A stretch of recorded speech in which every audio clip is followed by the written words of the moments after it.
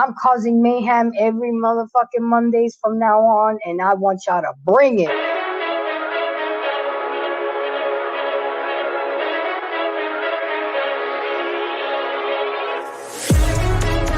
No, you got your man out there doing bigger and better things, okay? And I blame, Trey asked a good question. How did it get so bad? I blame y'all. Because y'all been sitting on the fucking sidelines, letting these women do this bullshit, not setting boundaries, not telling women no, fuck off. And that's why we do what you allow us to do.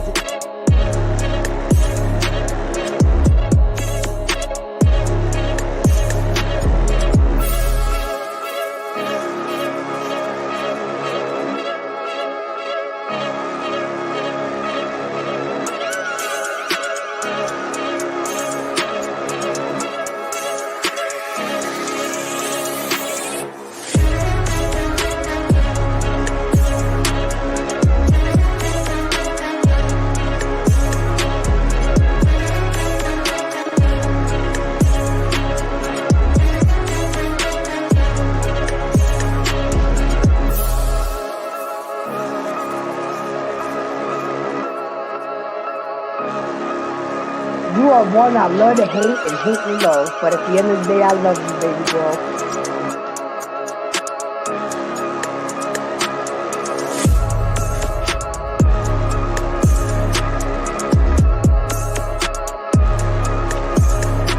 Come on the panel, let's go, please. Let's go. You're going to be emotional, but you might go back limping.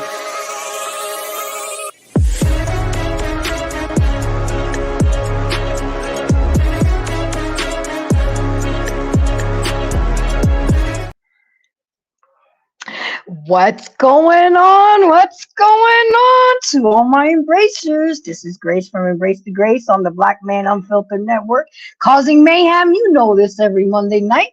I got a good one on for you tonight, and I better just put it out there now. If this shit doesn't apply to you, let it fly. If it triggers you, then you better get a mirror and take a good, long, hard look at yourself, because the reason I'm doing this show tonight is because Father's Day is coming up. And a lot of y'all trifling ass mothers think that y'all could do the job of a mother and a father. But what you're really doing is traumatizing these children. And I'm going to get vulnerable with y'all tonight. Okay? And I'm going to give you a little bit of what I've been through, because I think we've all got trauma with our mamas. We really do. And it's sad. And what's even sadder is that we don't hold these trifling ass mothers accountable for their bad behavior. See, one thing I can say is what my mother taught me to do is what not to do when I have a child. So I'm hoping, thank you, Take Heed. I appreciate it. It's my favorite color. So I'll give a shout out to the roll call later, but this is a touchy subject, and I know a lot of people going to get in their feelings, but I don't give a fuck. Because again, a lot of our children are out here lost in the sauce, traumatized, toxic, hurt people, don't know how to be in relationships, don't know how to be good parents. And it all starts at the house. And the number one troublemaker to all this BS is the mother. When, to me, she should be your backbone. She should be the one that uplifts you and that nourishes you. But no, it's not that way, guys. And you know what? This is not, and I'm gonna put this shit out there right now because I'm sick of it. It's not just in the Black community. It is in every fucking community. We got sorry ass mamas in every community. White, Black, Hispanic, polka dot, Martian, purple, Black, whatever the case may be. I have seen a lot. As a basketball coach for 18 years, I've seen a lot of trifling ass mothers. I've seen it, I've experienced it, and I'm embarrassed. I'm embarrassed for these women. I'm embarrassed to say that God blessed them with such a blessing of a child, because that's what a child is. A child is a blessing. I had wanted a baby since I was 15 years old, but that wasn't going to happen with a strict Sicilian dad at the house. I didn't get pregnant till I was 30. But the fact remains is that there came a point where I didn't know if I could have children. And I would hate Mother's Day. I wouldn't go to baby showers. I hated my friends that would go and get deletions like it was going to a candy store, and then get upset why, when they were ready to have a baby, couldn't get pregnant because there was so much scar tissue there. You know, karma's a bitch. It really is. So this topic is close to me because I nicknamed my mama Mommy Dearest. If any of y'all know that movie about Mommy Dearest, that was my mama. You know what I'm saying? It was bad, but I thank God for my daddy. You know what I'm saying? He kept shit together. He was the glue in the family. He was the head of household. You know, my mama was the type of parent that'd be like, wait till your father get home. She wouldn't handle shit when it came to us. I mean, sometimes if she had a wet rag, a hanger, I remember she had a horse whip. She threw a 5-pound salami at my ass and hit my neck, and it made me go forward, open the screen door, and the school bus is waiting right there for me in front of my house. And everybody on the bus saw that. I mean, whatever she had in her hand, all bets were off. And only because I said to her, so? She said something to me and I walked away and I said, so? Oh, I ain't never said so in my life again. I'll tell you that much. My mama didn't play, but she did a lot. It was a lot of mental abuse, a lot of verbal abuse, body shaming. And this is a lot of shit that us mothers do. And I'm calling y'all trifling ass mothers out. Stop it. You're damaging our children. If you are one of these mothers, recognize it, rectify it. Take your ass to counseling. Stop it. Because it's people like us, coaches, teachers, mentors, that have to turn around and come clean up your goddamn mess. I'm tired of cleaning up other people's mess. If you weren't ready to have kids, then you should have kept your legs closed. Marry before you carry. Marriage before the baby carriage.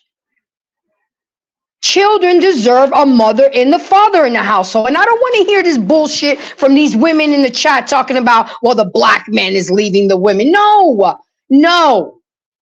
Women have 34 forms of contraceptives.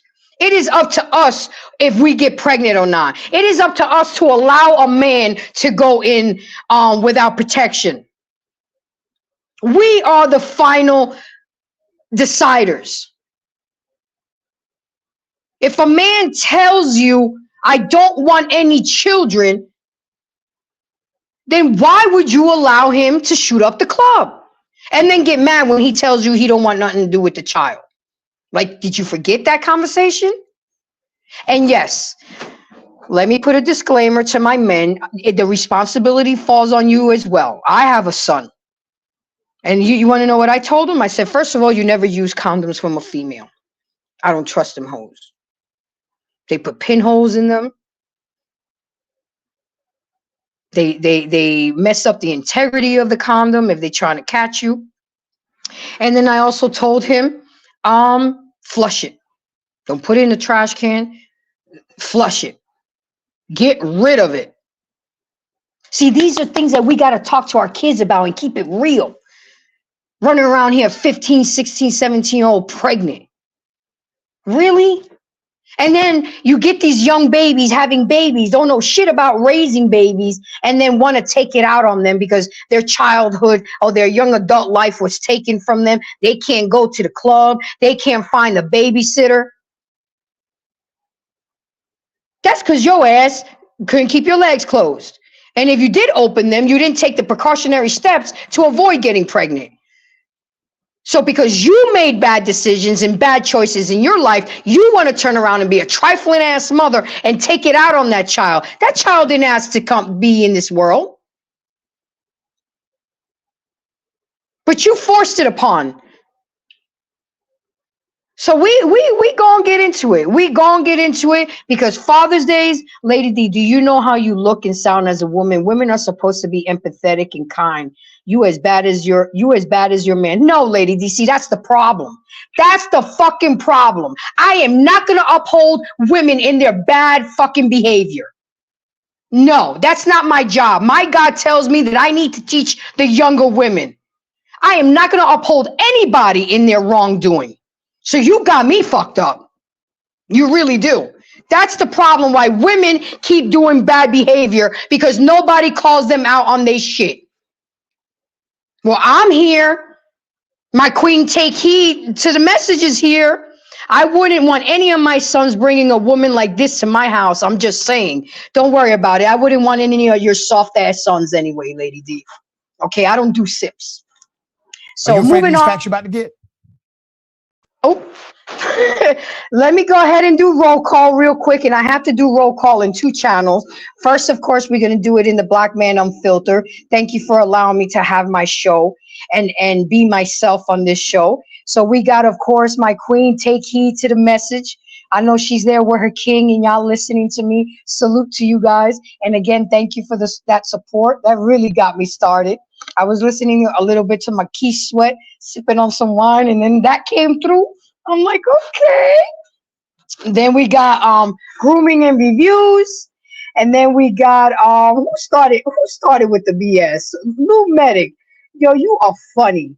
He said this couch is mentally impacted. That was funny. That was funny.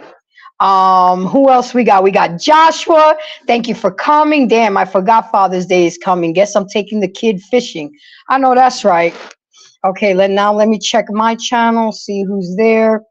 If anybody come up. Hi, my beautiful Milan. How you doing? Wagwan, DJ Sting. How you doing, my dear? Thank you for coming. Thank you for coming. My brethren from Jamaica. He's in Florida right now. He's always been a big supporter of mine. I appreciate you coming through. Thank you so much. So with that being said, I have a couple videos. There was a couple that I was really, really trying to find, but for some reason, I was so aggravated that I changed my whole system of when I find videos. You know, these women be trying to raise their sons, women, and they should be trying to raise that animal they call a son. Well, I don't know who you calling a son an animal, but if you keep talking the way you're doing, I'm going to snipe your ass. Okay, because if you're not bringing anything constructive to this show or to this conversation, you can leave, Lady D, because you have nothing good to say. Nothing. Hi, Trey. How are you? Hola. You know, you just live a miserable life. You sit here on these panels and all you do is talk shit and have nothing constructive, positive, enlightening, uplifting, motivating, encouraging to say. You, I can officially say, suck. You really do. You really do. And there goes my grooming and reviews. How you doing, my Greek freak? What is going on? Nothing much. You know what's going on Monday nights at Black Man Unfiltered. It's Monday Night Mayhem. And this is probably one of my favorite times of the day. Yeah, because, you know, Father's Day is coming, and then they have the audacity to get up when the preacher says, all fathers, please get up. Talking about I'm doing both jobs of a mother and a father. Just go sit your ass down. And okay? That's the fucking problem we have in society. Because we think that, you know, a man is the one who's to blame. So it takes 2 to fuck. Literally, I'm gonna say that. If you're gonna open your fucking legs for me, and you know what, and you look at me, don't use condom. I'm on birth control. Okay, you tell me don't use it. I'm sticking my shit right in then. Fuck you. And you tell me, oh. Okay, but wait. I gotta stop you right there. Go for it. But at the same time, grooming and reviews, if you claim you don't want a kid, I mean, because, you know, I gotta get into the men too. If you claim you don't want a kid and you already got 5 kids from 4 different baby mamas, why in the hell would you even consider not wearing a condom? I mean, That's I know I'm not a no, man, and I know I don't know how it feels. Everybody says, everybody, knows that, of course, sex is better without a condom. But I mean, 10 minutes of passion can cause you 18 years of child support. 18 years. 18 years. see, Oh my goodness, baby, chill. I have a different mindset because I do eventually one day want to have kids. I hold off because I don't want to have a drama or my child support or maybe daddies or anything like that. If that makes sense. And You know it what I mean? does make sense. Like, I don't, and I'm gonna put it out there. I don't have respect for men that walks around with six, seven kids with six, seven different baby mamas. To me, that's disgusting. I know a dude who had 10 kids from different women. Damn. Like the thing And that Nick Cannon is doing, that's disgusting to me. He thinks because he's got money that's okay to do, but you're not really being a good participative parent. You're not there the way the kid needs you. money can only get you so much in life. Yes, they say money doesn't make happiness, and I little disagree. Money doesn't make life more comfortable. Not happy, it's comfortable, but the kid does need to have both parents in their life. They at least earn that. It's not the kid's fault. One thing I might have all my hate and disagree with my ex, but one thing I will say did agree. If we ever split it, had a kid, the kid should not get blamed for it. You should not put the kid in the middle as crossfire. You should Exactly. even live together, make it work somehow. Always make it work. Hold on, because BMU being messy right now, so I know what he's doing. So Lady D says, Black women, you not only choose the man, but you got to decide if you want his family. No matter how good he is, nobody should be allowed to steal your peace. First of all, it's the man that chooses you, my dear, because you don't get married unless he asks you to get married, dumbass.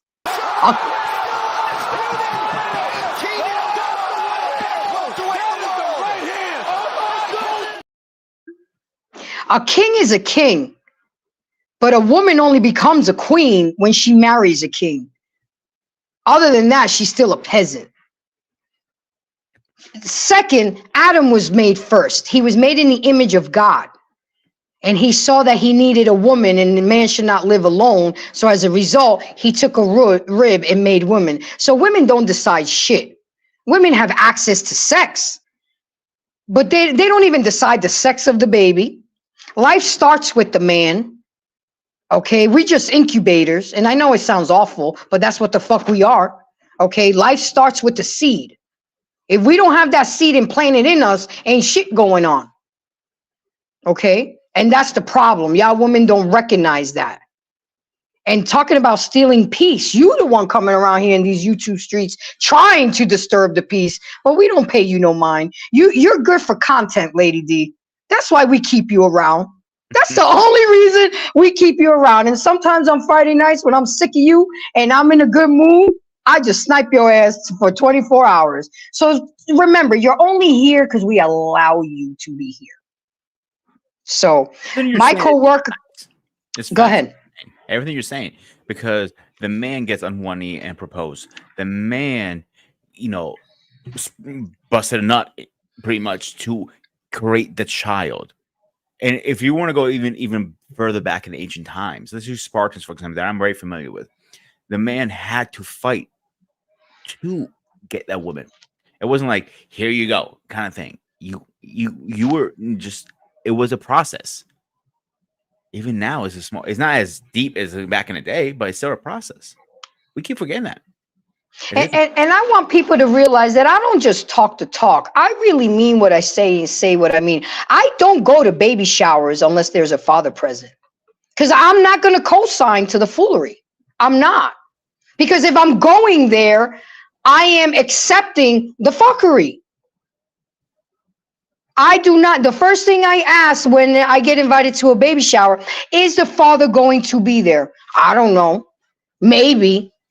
I said, well, you let me know, because if the father's not going to be there, I'm sorry, I won't. And I won't give a gift. I won't give a gift because again, I am co-signing to it.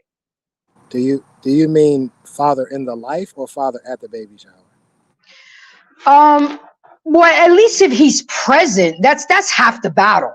Okay. But I don't know. I mean, I don't get that deep into it. I mean, if they're a really good friend, I would know what's going on. But let's say if it's a coworker and I really don't know them, they have to at least be at the baby shower and participate in the festivities and be included. Because again, a lot of women think it's just about them. Their wedding day is just about them. Their baby shower is just about them. But none of it could be possible without a groom or without a father. That's what women don't realize. Y'all really think that y'all shit don't stink. My coworker was obsessed with her son's child's mother. She would pick me up at whatever and talking about this girl and talking about her all the way. Who cares? You're so minute, Lady D. Go say something of value. You know, dumbass. Exactly. Damn. Take that comment off, because you're a killjoy. You just be fucking up the vibe, you know. But I don't co-sign it, Peter, because if I go there and show up and give a gift, then I'm accepting the foolery.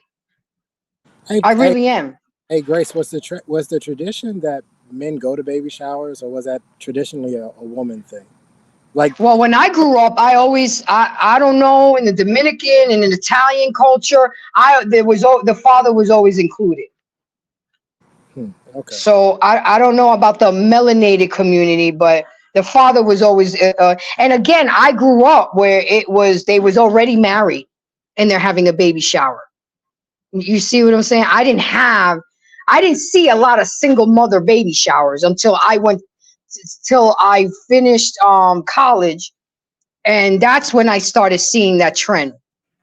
And I really didn't go to baby showers either because I didn't know if I could have a baby or anything, so I was beefing a little bit. I'm not going to go celebrate something that I wish I could do, and I know that seems petty and selfish, but I'm not going to put myself in a hostile environment knowing how I'm going to feel, knowing how much I've wanted a baby. Her son was a felon, and the girl had a clean record and caught 2 cases effing around with him. So whose fault is that, Lady D? If she knew he was a felon, if she knew he was a felon, then whose fault is it that she messed around with him? Let's say something here. COs, women COs are known to fuck around with the inmates. It's known fact. And then who was it? I was on the news over here. One CO literally fucked so many inmates. She ended up getting pregnant by one of them. That's crazy. And he's looking for crazy. 3 to 5 years in there easily. So hi, Randy. I see you, baby girl. You on the job. So, Lady D, so you're blaming the woman? You're blaming the man? The father was grilling T-bone steaks for, oh my, you just, I gotta take another sip because you see how. Get out of here! Who cares? Again, bring some information of substance. Really. But with that being said, I'm going to show the first video. I don't know what order BMU got him. He just be surprising me sometimes. So, and I like it that way because I want really fast. I need to step away for a few minutes. I'll be back in a little bit. All right. No problem. Just put your kit. There you go. All right, my BMU, go ahead. Run the tape. Let's see the behavior of some trifling ass mothers, and y'all think this shit is cute. Hard enough to be a parent in their children's lives.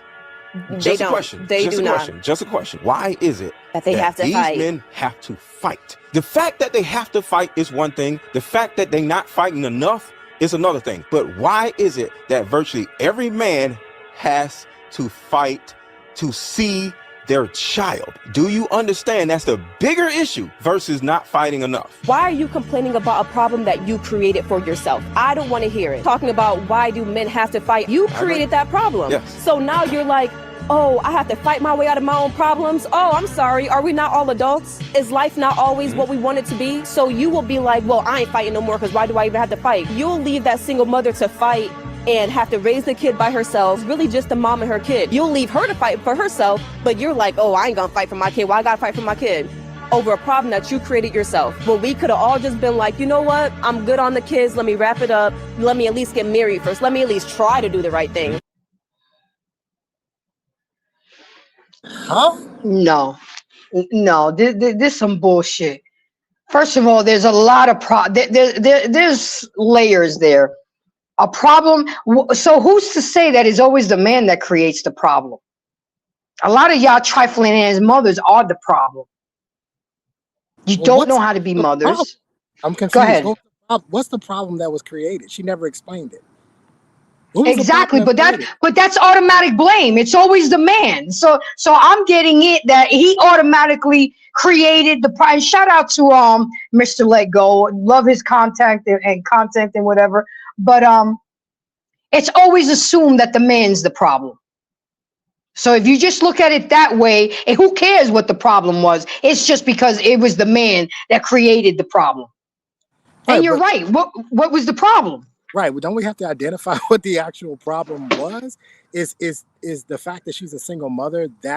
She's saying that's the problem that was created, because he didn't create that problem. She did. She chose to have the child.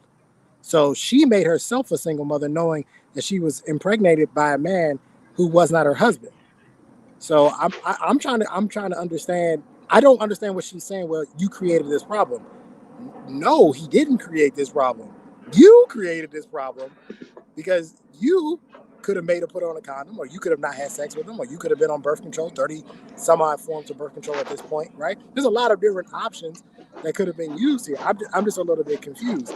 And this whole idea, well, we could have gotten married. Last time I checked, 70 some odd percent of divorces that are initiated by women. So the divorce is not saving you from being a single mother either. Marriage isn't saving you from being a single mother either. That's also created a problem. So I'm not completely sure. I think the issue is, a lot of these times, is that these people just shouldn't be together. And the child compounds the issue, makes it worse. They probably shouldn't be together, but I don't understand. Maybe somebody can help me. What's the problem that he created? Alexa, be quiet. Great. And I agree with you. At the end of the day, like, shout out to my boy Kevin Samuels. He used to always say, a woman has 34 forms of contraceptives. A man really only has 3. A condom, the pull-out game, and a vasectomy. You know what I'm saying? Here she come. My daughter lived such a beautiful life because she had a mother who cared about her. I don't give a damn what she did to those Negroes. That wasn't getting any information from me. Next, I'll tell you. I'm confused. Exactly. So that video was bullshit. And Mr. Let Go did an excellent point. The bigger problem is, why should men have to fight for their children? It's their children. Oh, it's only our children when the man is acting right and he's paying child support, right?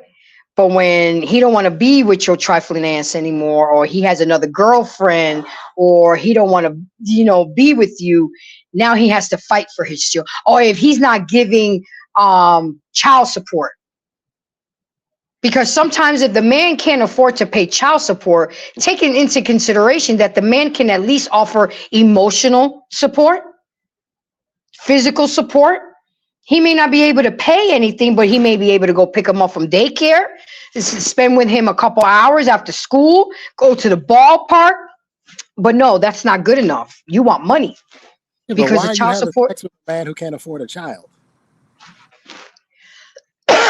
That's another $1 million question. That's another $1 million question.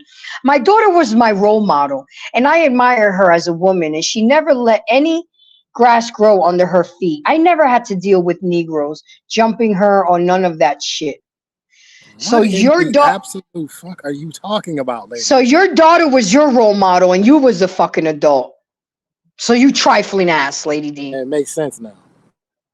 Exactly. You're trifling. Get the fuck out of here.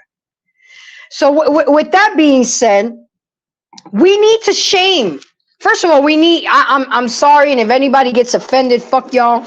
If it don't apply, let it fly. But if you're a single mom and you already have, I give you two.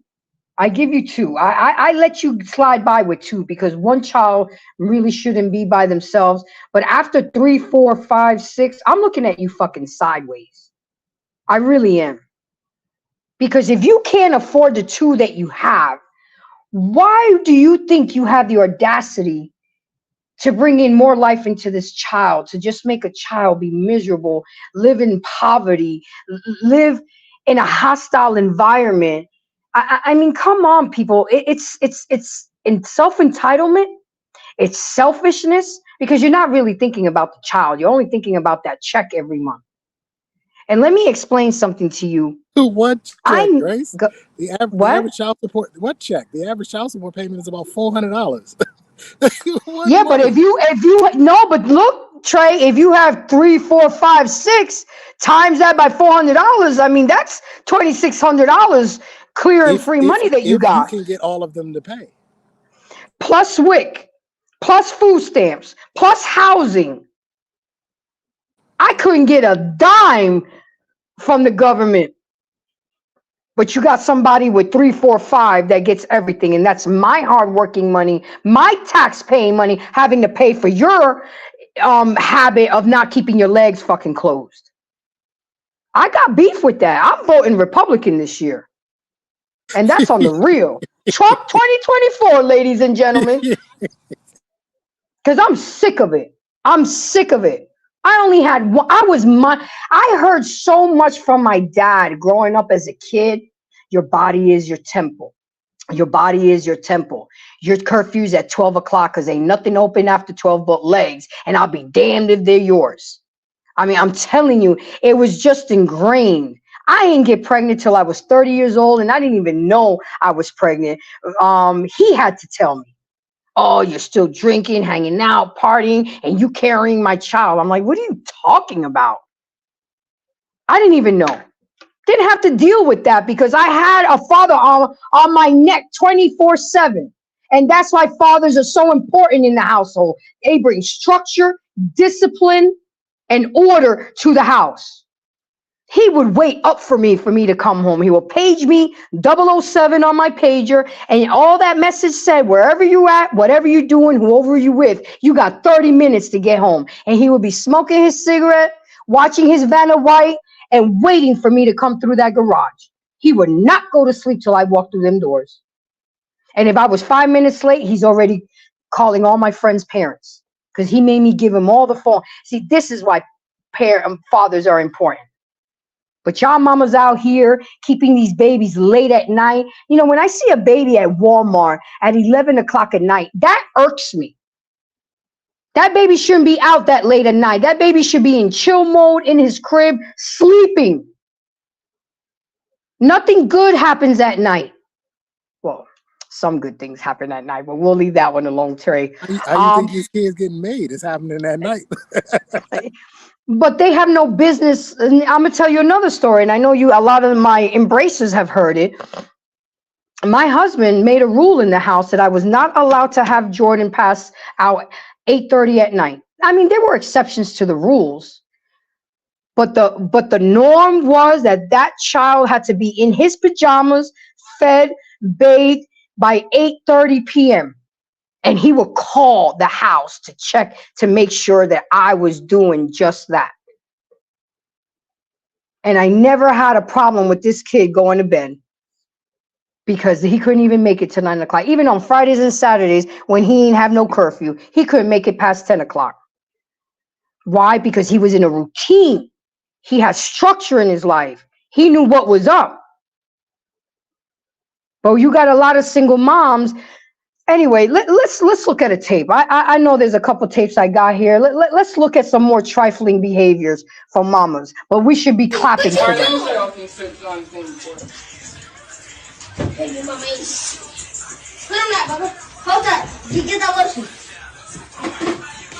Look at that. All boys. Wow, yeah. Hey, bow. Mama, move it, pause.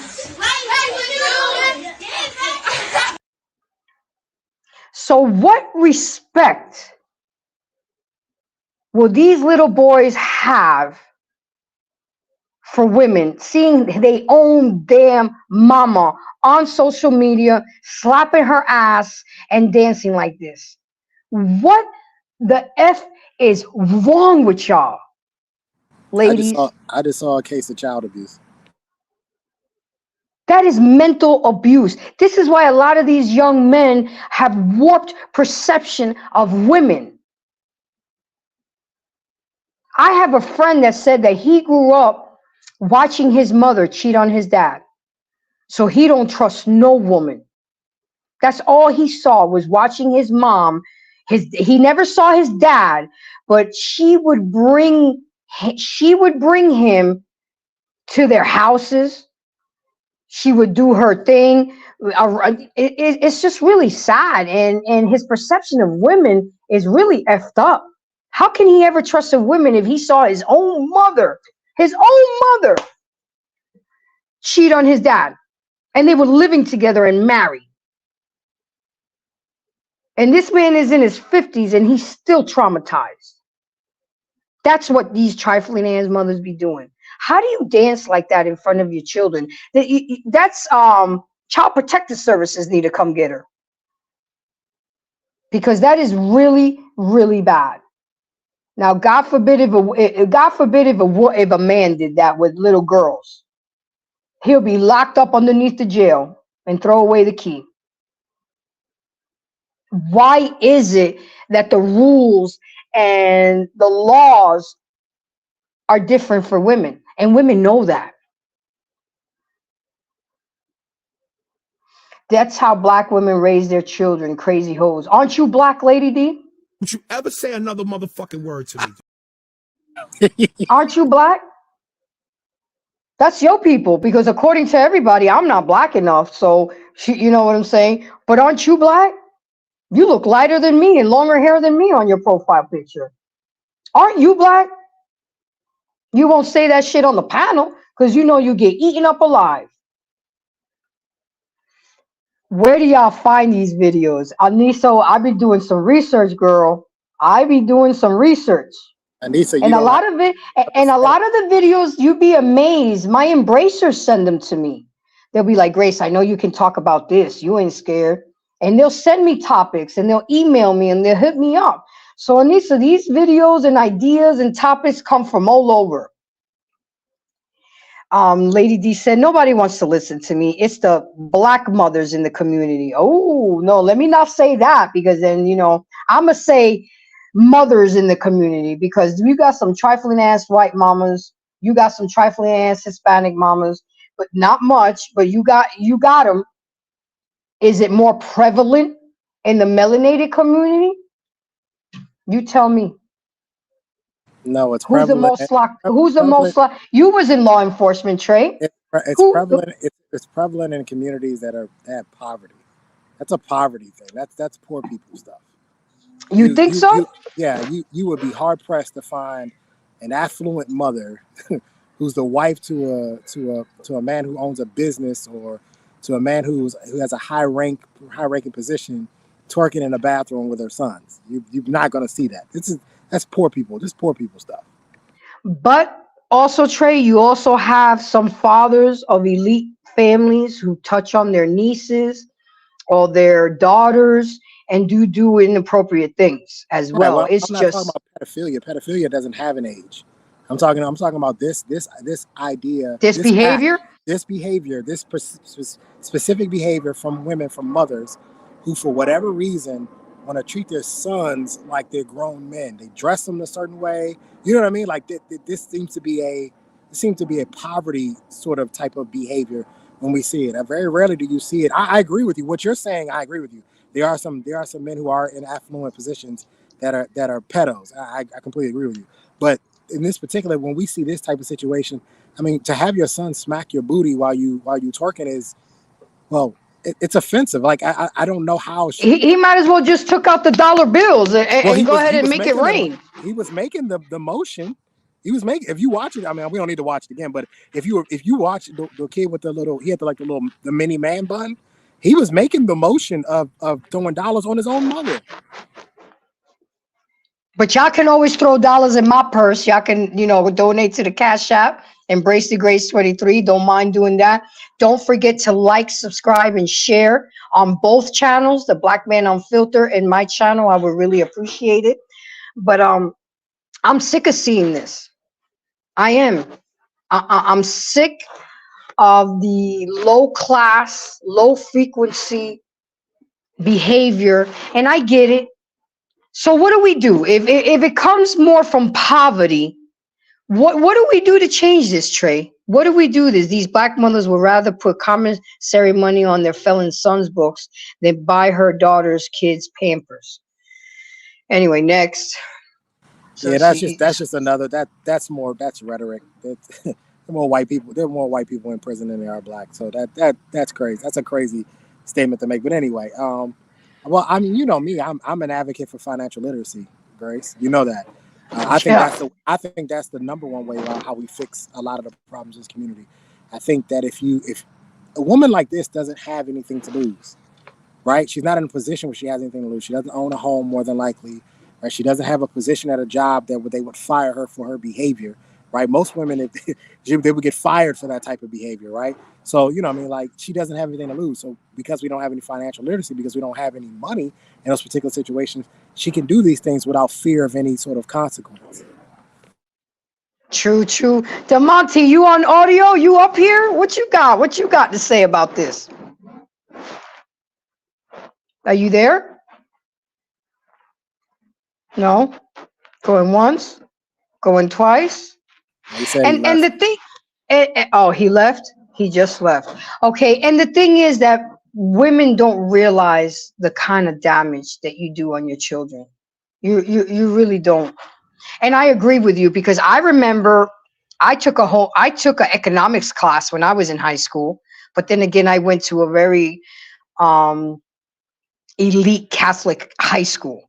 We took economics. We learned about stocks, bonds, the New York Stock Exchange. We learned how to fill out a check. We learned about credit. I mean, it's like, but they would rather have, and this is on God, guys.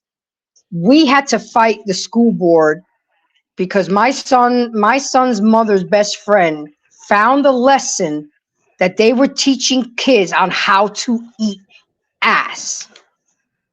What? And we forced that curriculum out the window. So you're going to teach these kids how to eat ass? How about you teach them how to wash their ass? How about you teach them the importance of doing birth control? And this was in the suburbs. This was in my son's high school in Florida. I couldn't believe it. When I saw that and she sent me that on a screenshot, she was like, Grace, so you going for this? She pulled my heartstrings. She was like, so you want Jordan how to eat ass? And I'm like, where do I sign the petition?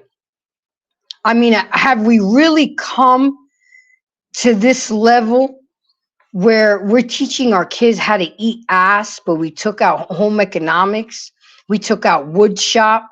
We don't teach them about credit. We don't teach them how to even do cursive writing anymore. I mean, what are we doing right now?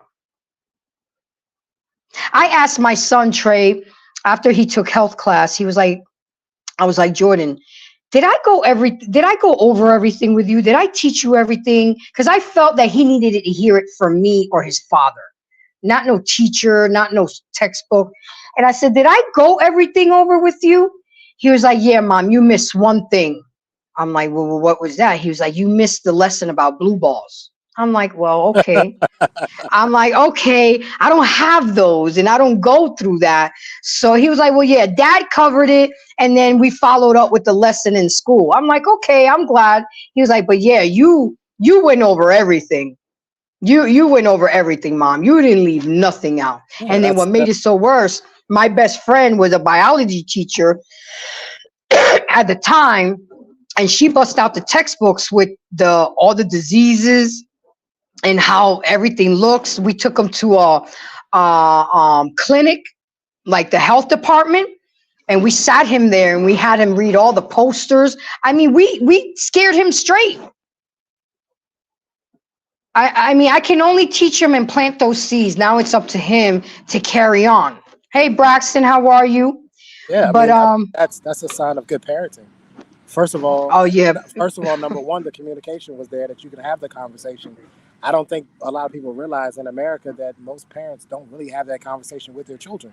They don't have And the they need birds and yeah, of course. And they don't have the birds and the bees. I didn't have a birds and the bees conversation. The conversation went like this one morning over breakfast. I remember exactly what I was eating, eggs and toast. And she said, "You better not bring no babies in this house." That's exactly what she said to me. That was it. That was my birds and the bees conversation from my mother. It was my uncle who on a drive to the grocery store who actually had a real conversation to me about sex and condoms and STDs and babies. He was the one that did the work for me. I don't know if him and my mother worked on that, but my mother never had that conversation with me. So kudos to you for being able to actually be able to communicate with your child and be able to have that conversation. Trey, I set a platform for him where I told him, you can come and talk to me about anything, no matter how uncomfortable you may think it is. I got you. And sometimes, Trey, he be coming at me with, "Mom, does size matter to a girl?" I'm like, oh, yes. You know, I mean, I'll give you the answer that I gave him, but he would come at me with stuff like that, and like it was really on his mind. I could tell when he was starting to explore himself because there was a lot of more questions. The lotion was disappearing, and I'm like, oh shit. The room was smelling different because when boys are going through puberty, I mean, things just, I'm like, what the hell is that? You know, it's just like, what is going on around here? I remember when he called me I was at work and I called him on my break to check on him. And out of nowhere, Trey, talking about, "Mom, I'm ready." I already knew. I said, "Ready for what, Jay?" He was like, "I'm ready to have sex." I said, "But I ain't ready." He was like, "Well, Mom, you better get ready. COVID put me a year behind and all my friends have done it and I'm still a V." And I said, okay. I didn't get mad. See, that's another problem that a lot of us parents do. Yep. We forget that we were fucking kids and trifling and doing shit when we was younger, but we expect our kids not to do it. So you know what I did, Trey? I called one of my friends who's gay. I know that he goes to the health department every 2 weeks. And I asked him, "Hey, I need you to get me a bag of condoms because you know they're free." And he was like, "For what?" And I said, Jordan coming up." He was like, "Oh, okay, no problem." So he got me a big old bag. And I went further than I know that some parents will do. But you know what? I turn anything into a teaching moment. I put the bag on his bed. And I gave him a cucumber. I said, "Jordan, this is as far as I can go with you. The rest you're either going to have to ask your dad, YouTube it, or do whatever. First you practice on the cucumber, then you practice on yourself. Because, you know, if you put one on too tight, it busts. I'm a grandma. If you put one on too big, it slides off. I'm a grandma. And when it does happen, you don't want to be fumbling and mess up the mood and whatever. You want to be a professional at it." Did you say cucumber? We're a little bit ambitious, ain't we? I got him a it goes further. It goes further. This is when I learned that he was a golden ticket type of guy. He was like, "Mom, none of them fit." I'm like, what? Oh my God. So then that had to but I took it as another teaching lesson. I said, look, some grown women can't handle a weapon of mass destruction.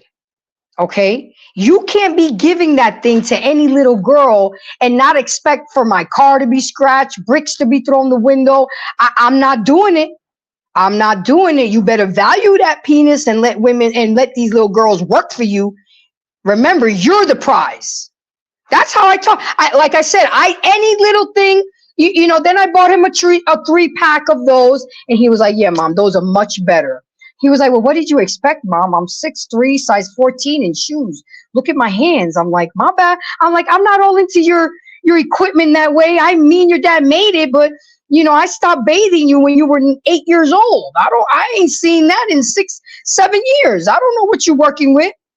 But again, I set the platform for my child. I'm not saying that I'm perfect, guys, because I've had my moments. There had been times where I had to apologize to my son. That's another thing that us parents don't do. We'll be wrong and motherfucking strong. And don't even, these kids, sometimes we be so bad. We be so verbally abusive to them. We say so much shit to them that we don't even apologize to them. And sometimes these kids do deserve an apology. I had to apologize to my son one time. He pissed me off to the highest level of passivity because he was on that damn phone, and I took the phone and I smashed it. And I threw it on the floor, and then I picked it up and I smashed it again. I ended up having to apologize to him and replace that phone to him. And I had to be humble and swallow that pill. Because I was going to therapy at the time, and my therapist said, you are teaching your son that when you get angry, that it's okay to destroy somebody else's property. So I had to be humble and apologize to him and buy him a new phone. And I was, as a mom, I felt so guilty. I was trying to buy him a better phone that he had. And he's such a humble guy. He was like, no, Mom, you don't need to get me the latest phone. The one I had is good. But how many parents do you know would do that, Trey? Actually apologize to their children for the foolery that they do. Yeah, that's well, the old school mentality is to never apologize. That's more of modern parenting. But I must admit, if you are wrong as a parent, I do think that you set a better example for your child by admitting you're wrong and being accountable and saying, hey, look, I popped off at the handle.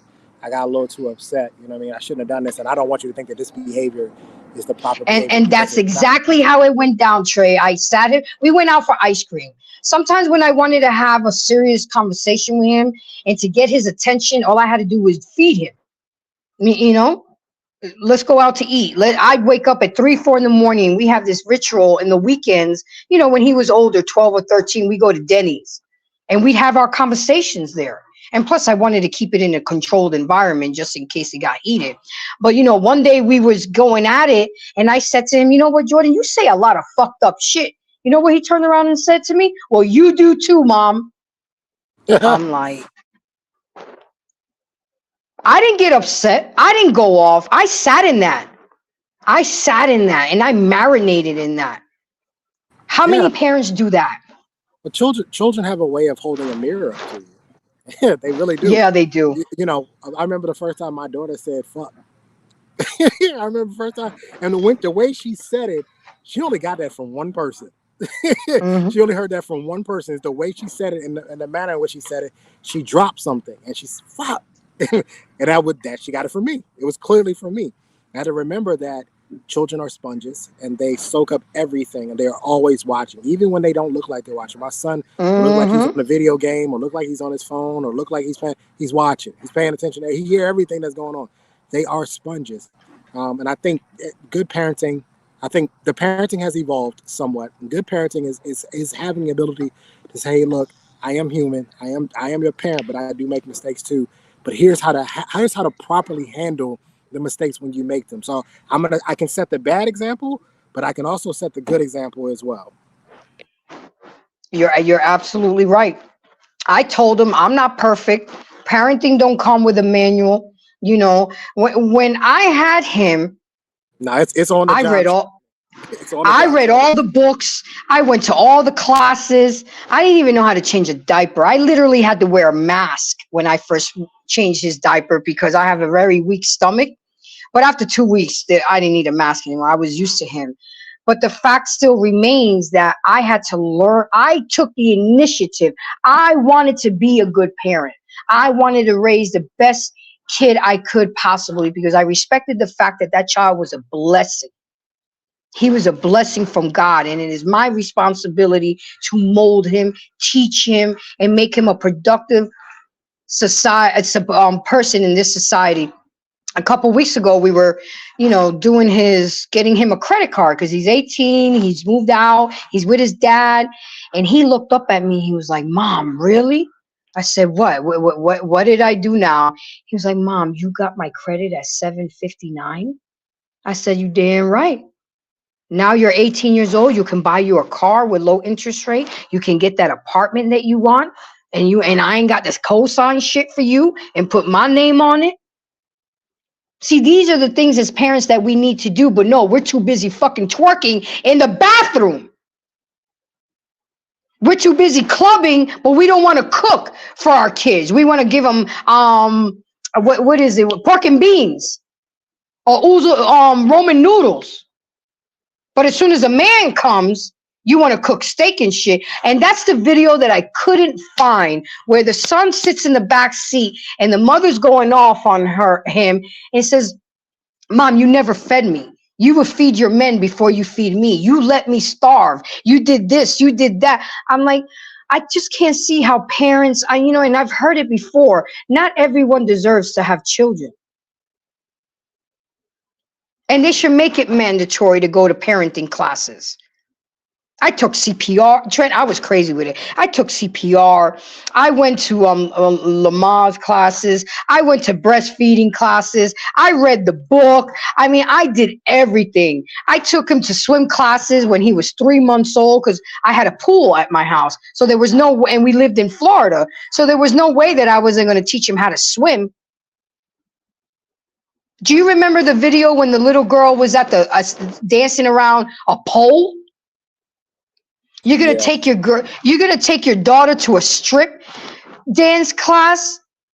You couldn't think of nothing else better. Maybe gymnastics, dance class, but you're gonna take her to a stripper's pole class. I'm like,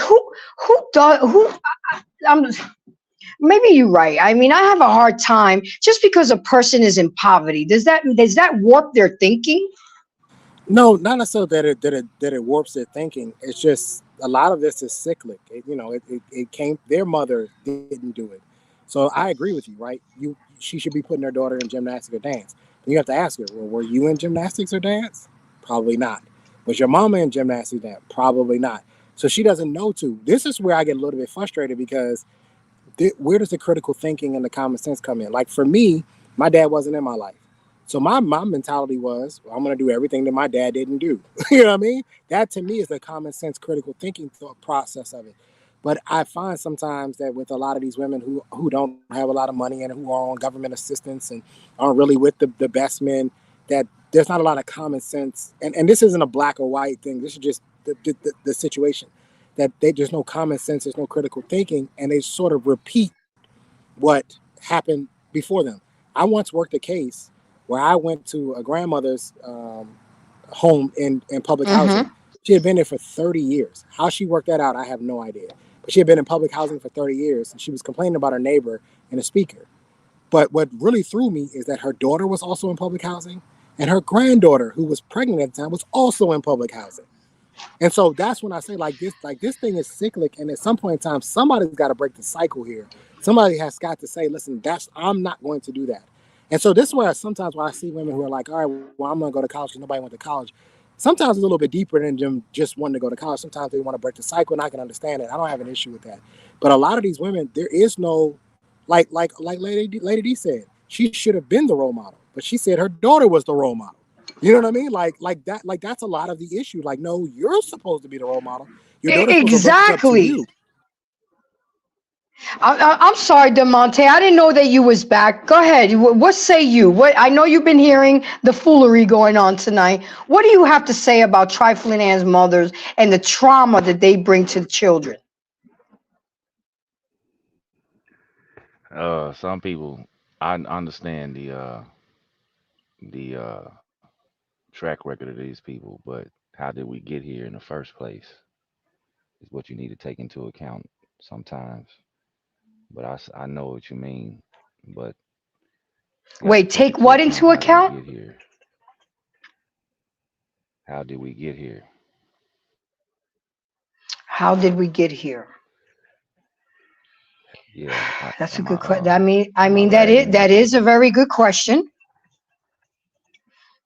But the thing is we got to try to do better. A lot of us know better, DeMonte. We just refuse to do better. Like when me and my ex broke up, my son's father, I was not the type to bring different men at the house. If you didn't have your own place, we couldn't date because we was only going to chill at your house. You wasn't coming to my house. And a lot of dudes didn't believe me. Oh, I must be hiding something. I must have a dude, you know, I must be still married and all of this because they were not used to the fact of them coming to a woman's house within a week of meeting them. No. My son respects me. I'm the first woman he fell in love with. I'm the first woman he held hands with. I'm the first woman he kissed. I told him one day, you are the only person on this earth that literally knows the sound of my heartbeat. That's deep. Ain't nobody know the sound. I mean, yeah, you could lay on my chest and hear my heartbeat, but you heard it from the inside out. There was no way that I was going to bring foolery around my son. Was I wilding out? Of course. I was single. You know, I was having my fun, but I wouldn't bring it around my son. Absolutely not. I would wait till he go to bed. 11 o'clock, I'm sneaking out and I'm back in before he wake up in the morning. He never missed a beat. And my bedroom door was right there in front of the door, and then so he never knew I was gone. Sometimes he was, you know, he was like, Mom, where were you? You know, he questioned me, are you good? But I would never, I have seen women bring men after men after men after men to their children. Okay, kids, what do you say when you see a nice young man? Are you my daddy? I know y'all know that. Okay, that shit is funny, but it's not funny because it's true. Lord. It's so sad. And again, I'm not just going to put all the blame on women. There's some trifling ass dads too. But at the end of the day, women are the nurturers. Women are the first teachers that children have. And sometimes women are the worst parents to our children. We create fucking demons. We really do. And why? Because you couldn't keep your legs closed. Because you wanted to use a child as a spawn. And look, guys, I know. Ladies, I know. I know parenting is not easy. And a lot of you mothers, especially, you don't change your mindset. The minute I found out I was pregnant, my whole perception of life changed. It's like I had an epitome. It's like it's not about me anymore. Every decision I make in my life has to include my child. Every move I make, he gonna be right there with me for the next 18 years. I can't just pick up and leave anymore and go out and do what I gotta do. But a lot of you women don't leave this mindset. A lot of y'all women think y'all can still go clubbing. I'm not saying don't live your life. But and I know that you guys have seen this. You guys have seen where the women went on a 10-day cruise and left the 16-month-old toddler home and died of dehydration. Sheesh. Oh, you leave the kid in the car in the hot sun to go have drinks in the bar? I mean, what we doing right now? What we really doing? And I'm bringing it in. I'm bringing this shit to y'all because it's disgusting and it's shameful. And that's the problem. We don't bring enough shame anymore to women or men. We sit the single mother with 5 kids, 4 different baby daddies in the front pew of the church. If you don't sit your ass in the back, how can the church accept this and think that it's okay? I know we live in a different world. I know that things have changed. And I'm not telling y'all not to have sex because I can't control y'all penises and vaginas. But just don't make kids. Stop making bastard children. That people like Trey and me and Del Monte, they work, have to pay for y'all asses. I only got one.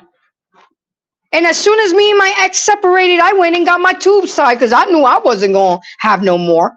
And then I had to ask for forgiveness because I didn't even know that that was a sin to God, tying your tubes.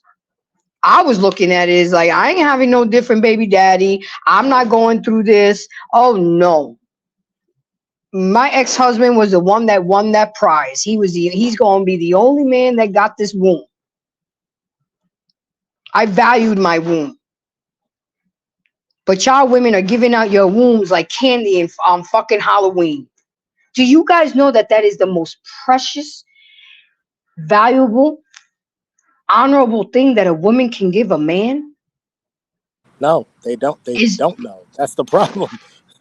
No, they don't know because there's nobody These there to hoes teach. ain't loyal. You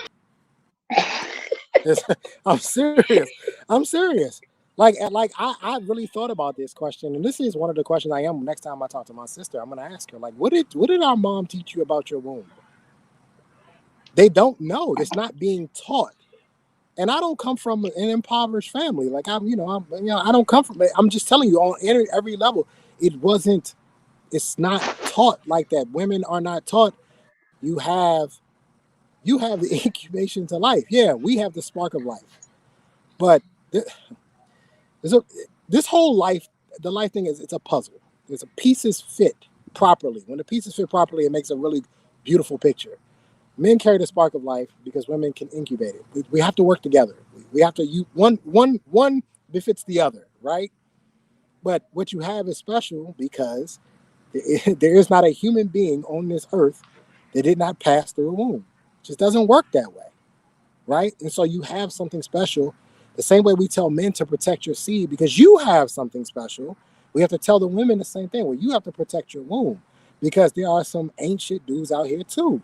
As much as we talk about the ancient women, and there are plenty of them, there are a lot of guys out here, even though the statistics don't say much, but there are a lot of guys out here, they ain't shit. And I just find it funny that the 50% of men who don't have kids, how do these women keep finding the same guys? Like, how do y'all keep finding the same guys? I really think it's a sleep with? competition. Oh, he got 9 kids. I'm gonna be the one. I think I heard you on the show before. Your box ain't that great. You know? No, I could change him. You can't. Yeah, I mean, am I crazy? Like, we're talking about what, 12, 13%, especially in the black community. We're talking about 12, 13% of black men. Of the other 30 some odd black men are married, and then we got like a 45 to 50% rate of black men who don't have any children. So how are you finding the ones who already have kids? That's what I always find that interesting. I'm like, how do y'all find the ones that already have kids when the majority of men don't have kids? Black men don't have kids because they're passing up on the Jeromes, and they're passing up on the Brads because he's just a plumber, but they want the dope boy. They want that fast money. BMU, if you're there, can you pull up Travel One's comments, because she got a couple good things that I want to address, because she be at least bringing up some substance when she talks, and I want let's talk about it. I think it starts with, when a black man going to vote because they are not involved in mass with the laws that they complain about.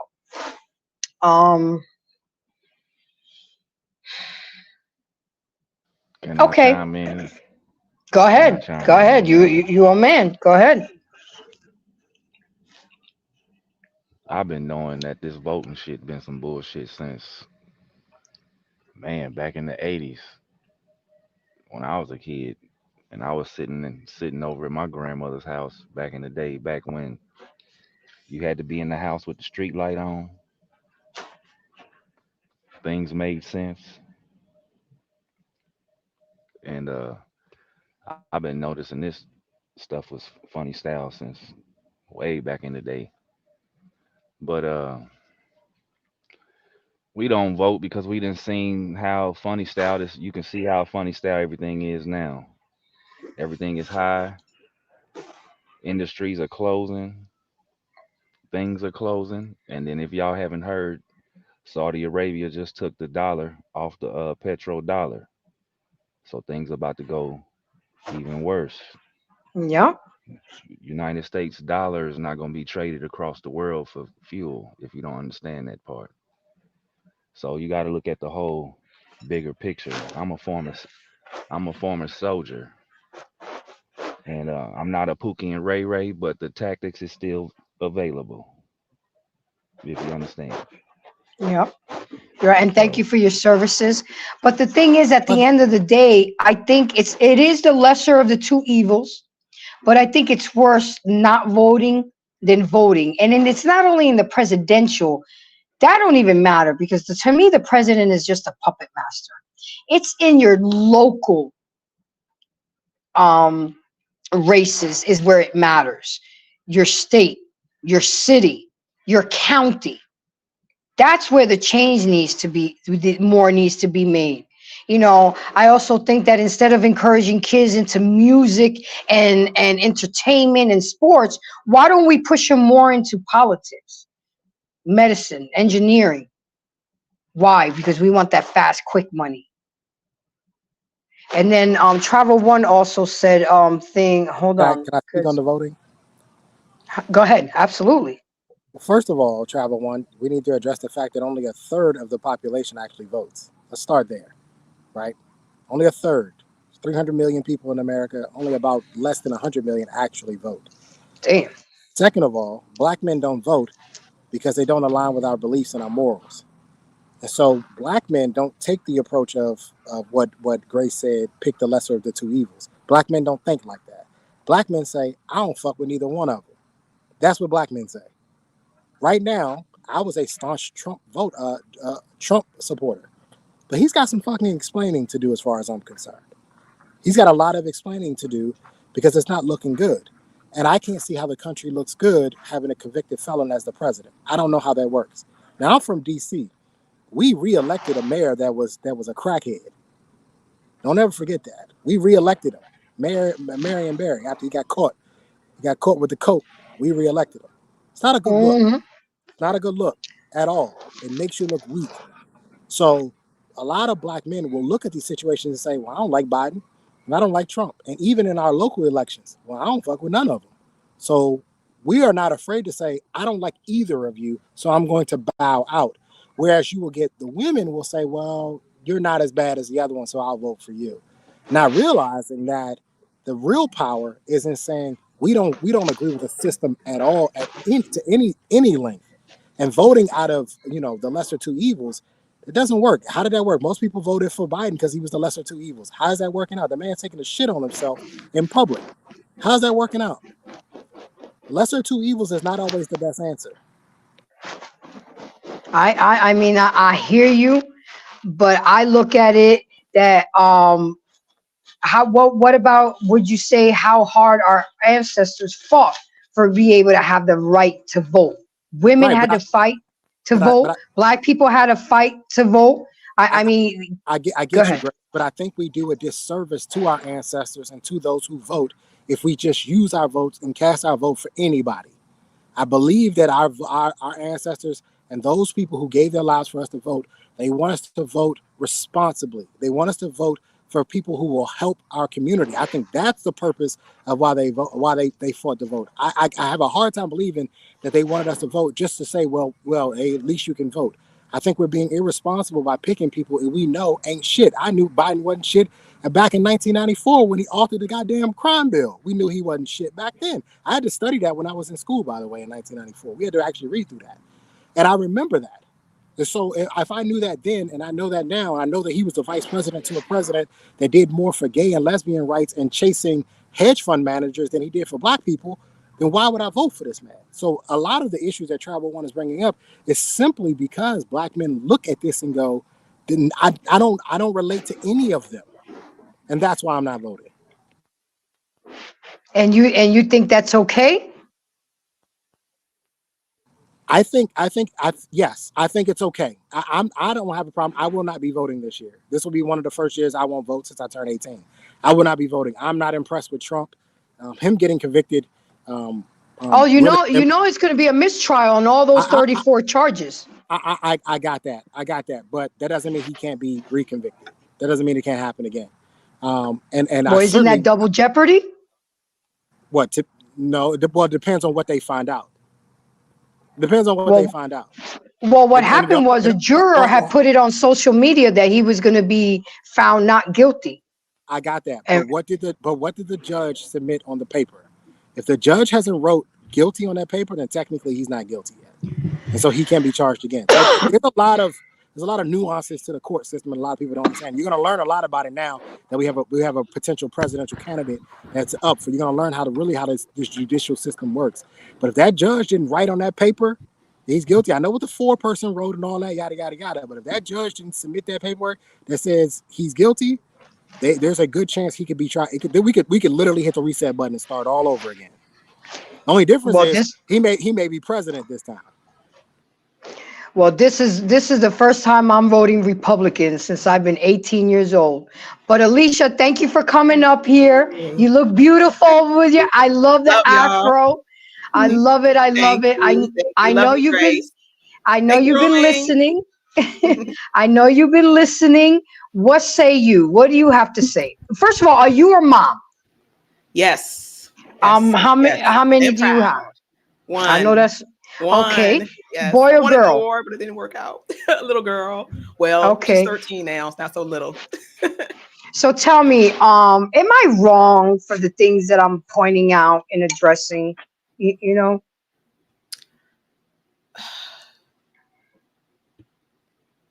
I don't think a parent can be wrong when they are actually trying to parent, if you understand what I mean. Because we can always research and learn different things. The desire to be the best parent, best person that you can be, I think that's where it starts. And you're obviously doing that. And I think you're doing a great job, in my opinion. But that's you and me. But you know that there are a lot of parents that they don't go to open house. They're not part of PT. They're not part of PTA.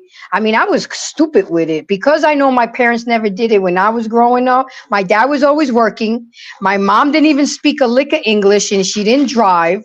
So I remember how I felt as a kid. And I told same thing. And I told myself that when I have a kid, I'm not going to be that. And then Jordan never knew when I was at his school. He had to stay on his toes because I would surprise him at lunchtime. I would be at the book fair and he didn't know I was coming. I would chaperone field trips because I wanted to bond with him. And sometimes these kids go on elaborate field trips now. It's not like when I grew up, we just go to the stupid planetarium and stuff like that. I mean, they're going to really high. They're going to DC for 5 days. You know. So I'm like, no, I want to be a part of that. And the awesome thing was that he didn't mind. He was like, come on, Mom. You're one of the cool moms. Come with me. Just don't be so New Yorker when you're on the bus with the kids. You know. And I used to get along with all the kids. I was a chaperone. We had fun, and just to see my son smile.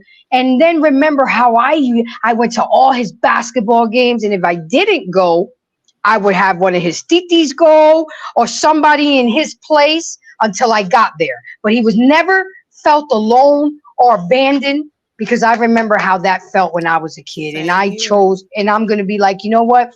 My mama probably didn't teach me much, but she did teach me what not to do. Exactly.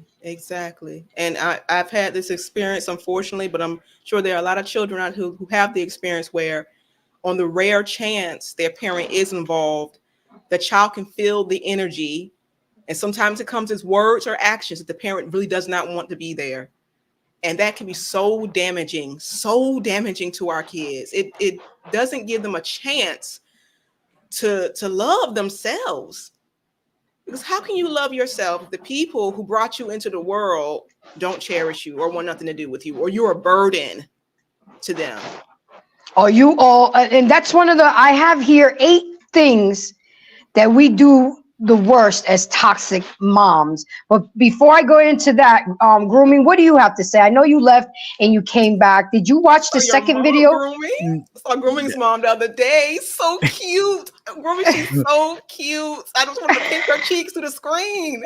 I'll be honest, my phone the whole time was blowing up from people watching it, from Pop Culture Warrior to people like, dude, I haven't seen your mom in years. Oh my God, she's so cute. I'm like, but you guys don't ever show up for me. We're like, fuck you. We care from her. She's Mama Dukes.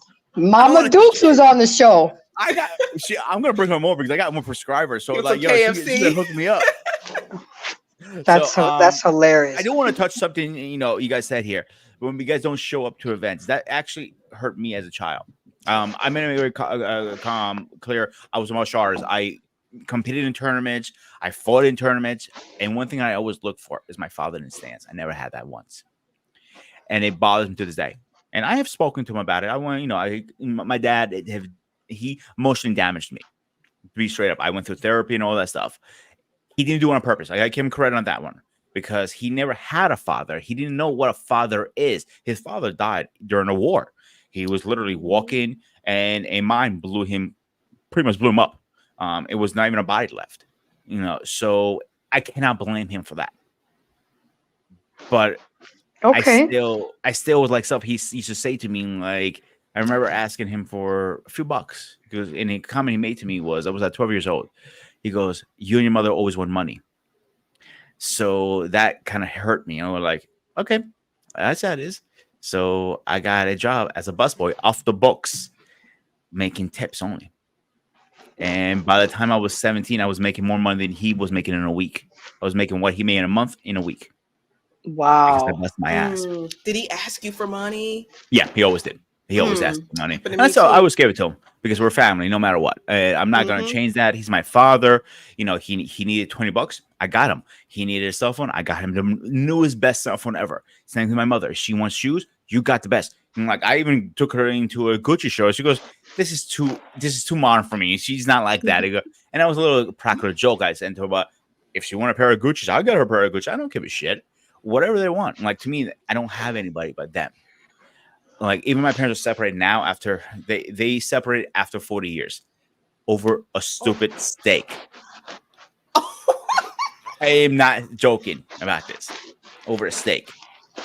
And do you mind sharing? I'm so curious. Oh yeah, I'll tell you the whole story. So my father was a New York taxi driver. He's at least for 30 years that I can remember.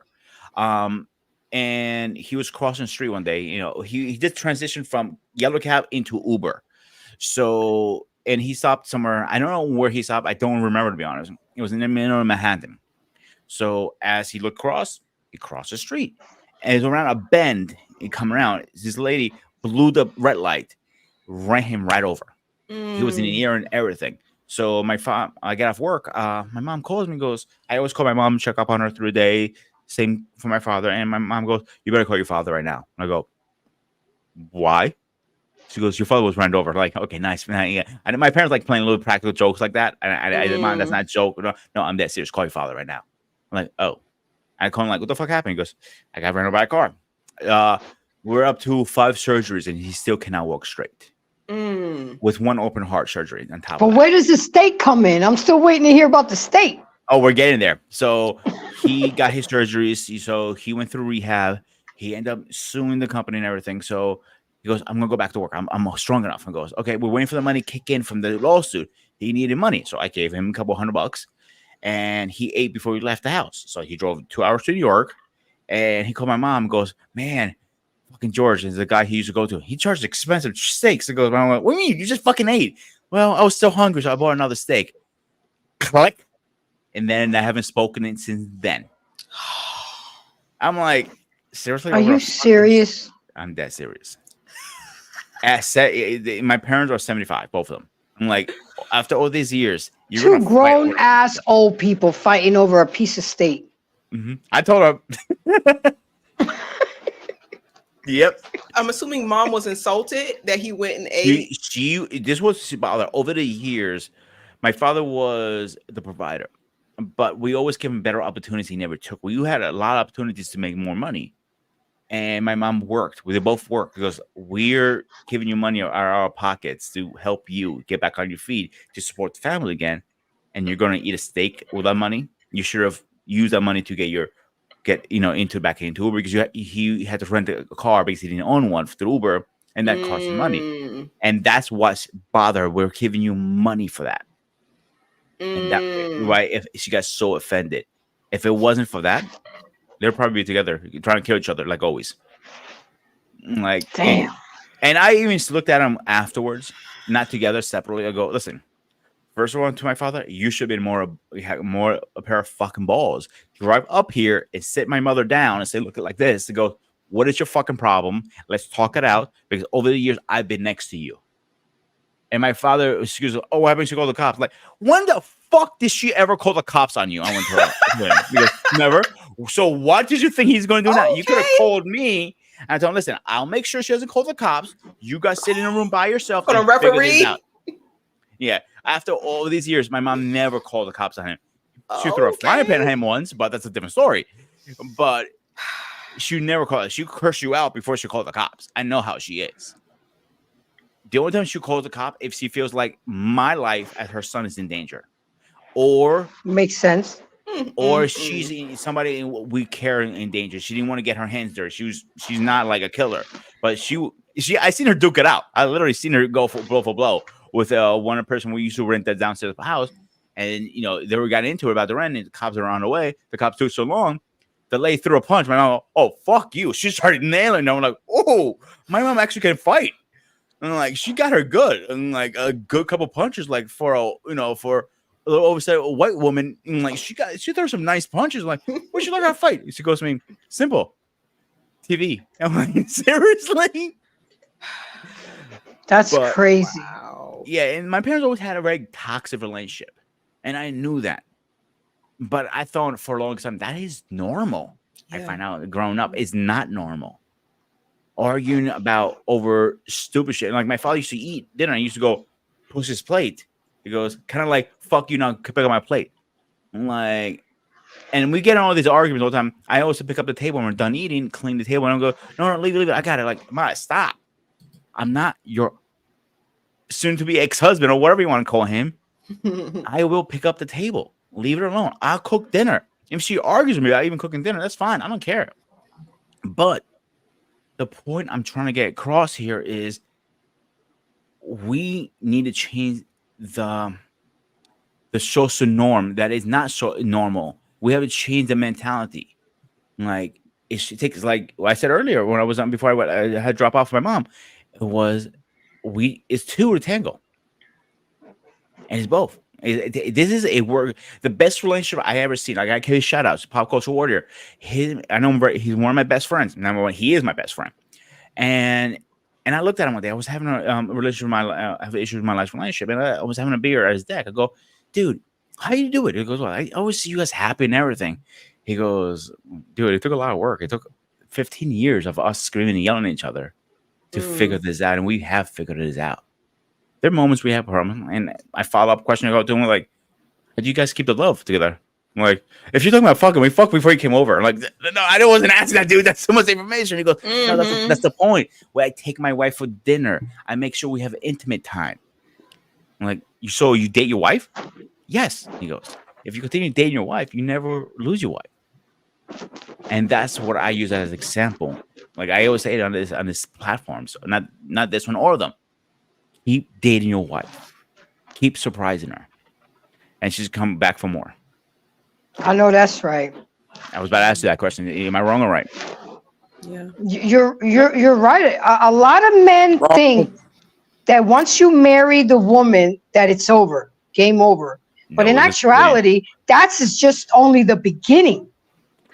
Okay, you can get a wife, but the trick is, can you keep the wife? And same thing goes for the wife. You can get a husband and do everything right and have your representative, for the first year and be on your best behavior. But the thing is, can you keep the husband? Like my mom always taught me, when your husband comes home, make sure you're showered, you look decent. Don't wear them goddamn muumuus and granny panties. Make sure you always keep it spicy, keep it interesting, because at the end of the day, if you won't, the next bitch will. Well, and that's back in the day, Grace, that was the way that women were.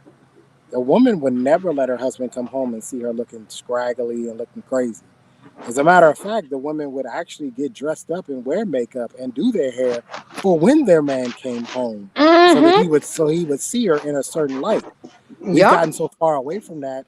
I say this especially to a lot of young guys when they're dating. When you're getting ready to take this beautiful woman out on a date, I always say you shit test her immediately. When you go pick her up, and when you meet her at the venue, and she's looking all good and done her hair, and she got that dress on and all that, you ask her, "Did you wear that for me?" And if her answer is no, we already know what time it is. She's selfish. Get rid of her. Because if her idea isn't that she came, she doesn't want to impress you. She doesn't want you to look at her, and she doesn't want you to like her. That this is about me. Just how she's going to be in a relationship. She's going to be a me girl. This is about me. You should be here for me. No, when I don't go out, go get my car washed and shave my head and line up my beard and put on cologne and take a shower and wear the best for me. No, I'm trying to impress you. I want you to like me. So there used to be a point in time where men came home. They knew they was coming home to the baddest because he was in her house. He was in his house. She was waiting on him. Hey, he has a good point there. Go have drinks with the fellas. Nah, bro, I gotta get home. I know what I got at home. Versus now, where you got men sitting out in the driveway but don't want to go in the house. That's and that's sad. But no, my mom used to take her shower, do her hair, do beauty salon once a week, nails, toes, everything on point. But I also would hear my dad tell my brother, "You see that one right there? She ain't going nowhere." And my dad would ask, "Well, why not?" And he would say, "Because I take care of every need that she could possibly need before she even knows it. I'm on it." See, I used to have a little check with a woman when I took her on a first date. I don't do this anymore because I know a little better.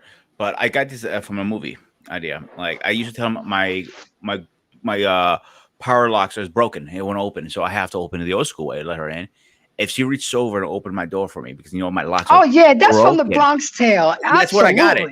Yeah, I used to use that actually. That's what I got it from. I'm not going to deny it. I got it from a movie. I'll be straight up. But I used to say my car, power locks are broken. I got to do it the old school way. And she reaches over, yep. If she doesn't reach over, yeah, I'm not going to see her after tonight. She doesn't even bother. She doesn't care. Yep, she's just there for the meal. And the thing is, it's really sad because you miss out on a lot of good men for silly shit. But I am a visual person, so if I'm on a date with you for the first time, I'm checking out to see if you got a haircut for me. I'm checking out to see if you wore cologne. I'm checking out to see what kind of outfit you put together. Because if you took the time and effort to look good for me, because I know I'm gonna do it, then okay, this guy's really into me. He you know what I'm saying?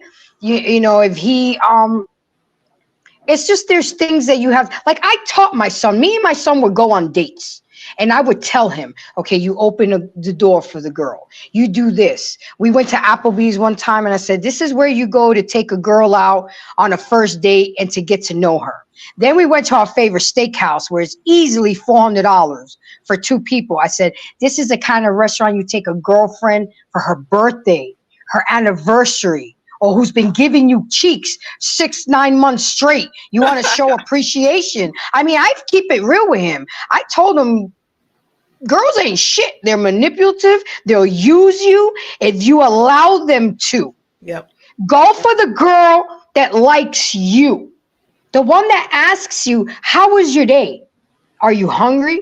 Do you need anything? Instead of going for the girl with the fat ass and the big titties who don't give a shit about you and is only going to call you because she needs a ride to go somewhere. And as soon as she gets her car, you ain't going to be nothing but chopped liver. See, here's the catch one I want to say to this. If let's say you use my hair, for example, like if we're supposed to go out, whatever, and I tell you, listen, I'm not getting a haircut because I'm growing my hair so I can donate it. Would you say that he's out of the running? No, well, that's different. Sweet. I mean, that's different, and that will come up in conversation. Mm-hmm. I'll tease you and be like, damn, I guess you missed the barbershop appointment today. I'll break the ice, and then that's when you'll let me know what's going on. But it's like, okay, perfect example. My son graduated a couple weeks ago. I'm running to the mall to buy a whole new outfit. I'm going to wear a suit, get all dressed up. But then I happened to see a little simple spring dress that I bought. So I tell my son, okay, which one? I said, Mom, just wear the dress. Where are we going? This is not, but I'm so used to being in the generation where my mom used to dress me up to go to church just to go on an airplane ride. I come from that generation where we dressed up and looked decent wherever we went at all times.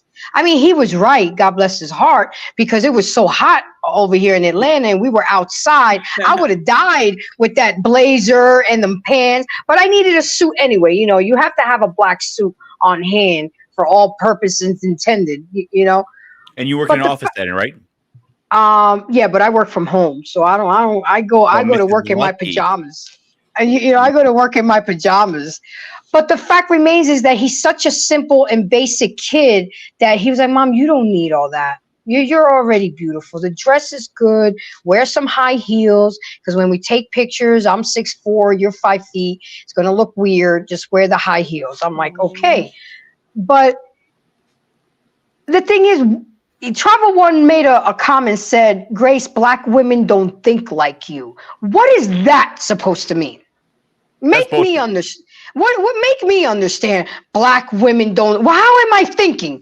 I'm thinking like a woman.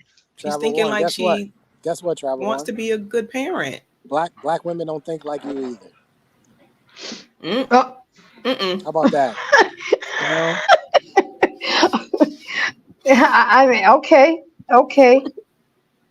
Appreciate. I don't like. I'm not used to the super chats because you know I'm not monetized yet. But let me go ahead and read them out. I see one from Through the Fire podcast. Let me hold on a second. He was addressing you.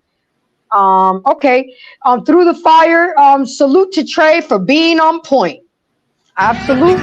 Get the collection plate right on that side. Nigga, get it around on that. Thank you for supporting the network Through Fire on Pot. Well, you support everybody on the family, so that's what I be doing too. So, but thank you for that. So we're gonna go. I think I got some more videos. Let's break up the monotony and let's watch another video. BMU, roll it when you're ready. Embrace. What did your boo think about the dress? Can you stop? I got my drink in my two-step. Hey, from the jailhouse to the courthouse. Y'all gonna leave me alone for that. Hey, black man, you missed. He dropped the hard eyes earlier. I don't know if you saw that. Did you see that? Y'all ain't shit. Can we run the tape? Hold on, let me see. We dropped some hard eyes earlier? Who? I can't remember if it was on this one or if it was on the last one. If it was on our page. It was the last. It was the last one. He dropped some hard eyes for her. Yes, he did. Wait a damn minute. Hold on. Stop, Trey. You see, this is how rumors are gonna get started, okay? And there's a lot of ladies that like JT. Nah, Grace, eat this because y'all was having a field day with me and Anissa. Oh, y'all had all the jokes. Oh, y'all was having You know, good when I time. first came to the network, I actually thought you were dating her. I really did. Why in the hell would you think something like that? I didn't know you guys that well, but now that I know. Hey, boy, we used to have a field day with y'all ass, boy. That shit. Oh, there we go. There's her, man. There it is. Y'all stop, okay? Alicia's like, what is going on? You'll put it together, hon. You'll put it together. She family now. She finna know all the business. All right. Oh, don't worry, Alicia. They gonna find somebody for you soon. Don't worry. Oh yeah. Absolutely. Trust me, I got my shit when we were talking about it. No. How can a woman live like this? I think you have to start it from the beginning, BMU. We didn't see the room. Look at this room. And she keeps throwing. Something's wrong with her. Is she sick? Yeah, she must be. No. So you're saying that's a mental illness? No, she's bald. Like she have cancer or something. She's eating the food and throwing the packages and stuff on the floor. He said he wants a damn divorce because she's filthy. Now imagine kids living in that. No. Was it do death do us part, richer or poor or dirtier? She laughing at his ass. Oh. But you know what, Grace? He's the problem. Because he keeps cleaning it up? He's enabling her. He's the problem. Because if she did that to me, baby, you'd live in that filth. And I'd close the door. I'd close the door and leave you in there. And I go on to live my life. Because you obviously aren't that bad if you can sit up and eat.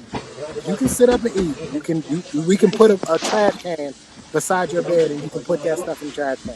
It's just utterly disgusting. But he's the problem here because he's enabling it. But imagine, because the kids won't be too far behind. There's going to be kids living in this environment. Oh, he's having intercourse with her? Can imagine. She can't be washing herself if she's doing that. Oh, come on. He doesn't love himself. He doesn't love himself. Hey, Alicia, there's a phrase that says how you do one thing is how you do everything. And so I wonder if she lives her life like that. How does everything else around her? It has to be. If you don't, you're eating and you throw something on the floor, that lets me know you don't wash your ass good. You probably laying in that bed for 2-3 days before you even bother taking a shower. And we're talking about he better be cheating. Grace, to be honest with you guys, like I dated a girl who was similar like that. I mean, this was going back. I was in my early 30s at the time. Damn, I fucking feel old. Her hair was that? I'm sorry. Oh, sorry. No, you're good. So I remember going over. She's traumatized. Going over her house the first time, and I'm like, okay, maybe she's a little messy because she has a child. Okay, whatever. It was all over the place. I didn't really pay mind to it. But when I walked into the bathroom, there were dirty diapers up to here. I am not joking. I go, what the fuck? So I called her out, and I'm like, what's up with the dirty diapers? I haven't time to clean. But you got a time for a man to come over to your apartment. House, yeah, pretty much. I looked at her like, yeah, I'm not coming over again. I'm like, why? He goes, I don't know, maybe because the dirty. Bitch, you dirty. And you're nasty. And look at this fucking house. You're judging me like, yeah, I'm fucking judging you. Straight up. I'm not gonna fucking lie. I'm judging you like the fuck out of you right now. Let me do the dip and sniff test. I bet you I'll judge you then. Oh my God, that's crazy. My mama always taught me to clean your house like your mama's coming over. It shouldn't matter if you have company coming over. If you clean and tidy up every day, you know, it shouldn't be a matter. Now, well, I was perfect with it. Not really, because I'm not even going to lie to you guys. I didn't have chores growing up. I grew up with maids and nannies. I didn't really have to do shit. I took off my uniform. By the time I got out the shower, there was another uniform pressed and hung for me for the next day. I really had to learn how to do everything on my own when I moved out and went to college. I was lost in the sauce. And that is why it's not good to always do everything for your children or have everything done. I would call home and like, Dad, how do you make your marinara sauce? How do you do this? How do you do that? Because my mom never wanted us in the kitchen. She didn't want her kitchen dirty. And I'd be like, it's not like you're cleaning it. The maid is going to come to clean. My mom would clean before the maid would come to clean. I'm like, my dad would be like, make that make sense to me. She's like, no. I'm like, but I really had to learn how to grow up and be on my own. And it wasn't easy, guys, but I had to learn. And guys look at that. Guys look at the bathroom. Guys look how you keep your kitchen. Guys will look at how you cooking. You know what I'm saying? And vice versa, girls. If I go to a guy's house and his bathroom is dirty and he knew that I was coming over. His car is clean, but his bathroom is dirty. Alicia, there's some times where I would stop running errands and go back home and go use the restroom because I refuse to use a public restroom. If I'm in town and I'm local, I was the only one. Yep. I would do that. I refeel like Walmart bathroom. I mean, I know which bathrooms I can go to and feel comfortable. But if I'm less than 3 miles away from home, I'm going home. My baby had the little porta potty. Baby potty seats in the car when we went out. We were gonna be out for a while. So she was about 4 or 5. So she could hold it.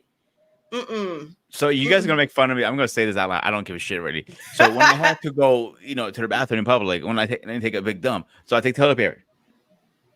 I wrapped the fucking seat. I'm not joking you. It's a mummy now.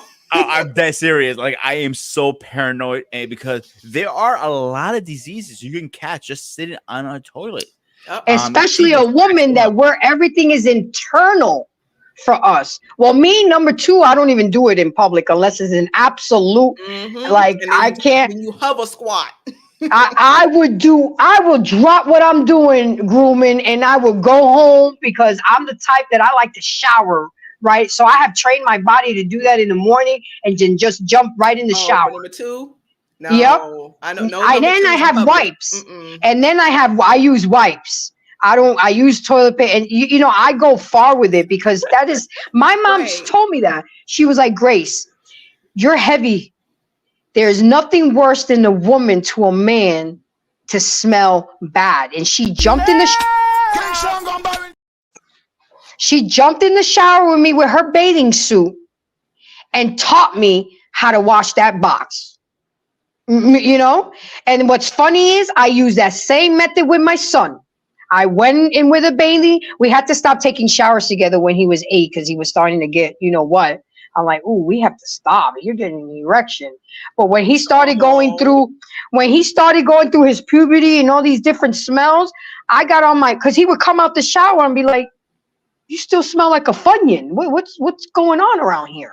So I put on my bathing suit and I jumped in the shower with him and I taught him how to scrub with a washcloth. You see, we use washcloths around here, and we use 2, one for your face, one for your body. And you take the soap and you go down. I mean, I really taught it. I mean, you go down there and you wash. And then I would tease him. I said, do you want a girl to give you head? He was like, yeah, mommy. I said, okay, well, you got to make sure them balls are clean, the penises, everything is clean. Until this day, he laughs. He's like, Mom, you're crazy. The things you did to teach me. I'm like, but are you good now? Do you know how to bathe with no problem? Have you ever gotten teased at school because you smell? No. I said, okay, then my job is done. This isn't uncommon though. One of my first calls when I was stationed in Alaska, in Anchorage, Alaska, was to a home. My mom's there. Oh really? Yeah. I was there yeah. I used to live in Anchorage for 3 years. But wow. one of the first calls I got was to a home where the house had not been cleaned in probably 3 or 4 months. They were literally taking the trash and just stacking it. Their garage looked like a landfill. They were stacking. And I want to paint a picture for y'all. This is Anchorage, Alaska, in the month of November. It's extremely cold. It's very cold in November. In November, it's very cold. There were flies flying around in their garage in the middle of the winter. That's how much trash they had. There was cat poop everywhere. There were period panties on the floor. This was one of the most disgusting houses I've ever been in.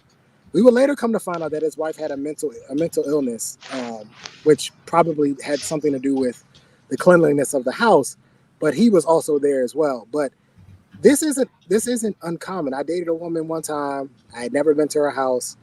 She lived in Delaware. We always used to meet in DC. She lived in Delaware. One time I decided to drive up to go see her. And I'm telling you, I could smell it outside before I got into the apartment. And it smelled like cat piss. And I was just like, because she had cats. So I just naturally assumed that she took care of them. No, that ammonia cat piss smell was like reeking outside her apartment. I wouldn't go in. And I remember just saying like, come on, let's just go out. But then I just got to the point where I was just so turned off. I was like, you know what? I got an early morning in the morning, and I made up any excuses to get out of there. And I couldn't believe it because obviously I'd never been to her house. Fellas, you absolutely have to go to her home. You have to go to her home and see how she's living. And you have to do a pop-up, you know, because a lot of times you tell us you're coming over and they may clean right before you get there.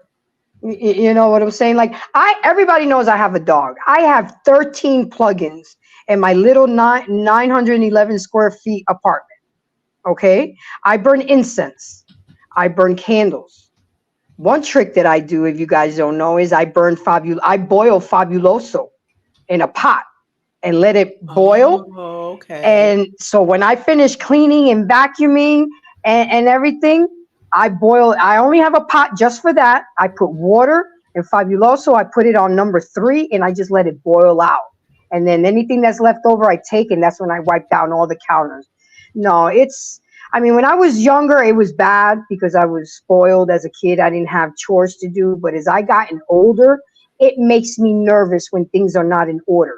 And if I put something down here, this is where I expect it to be. Everything has its place.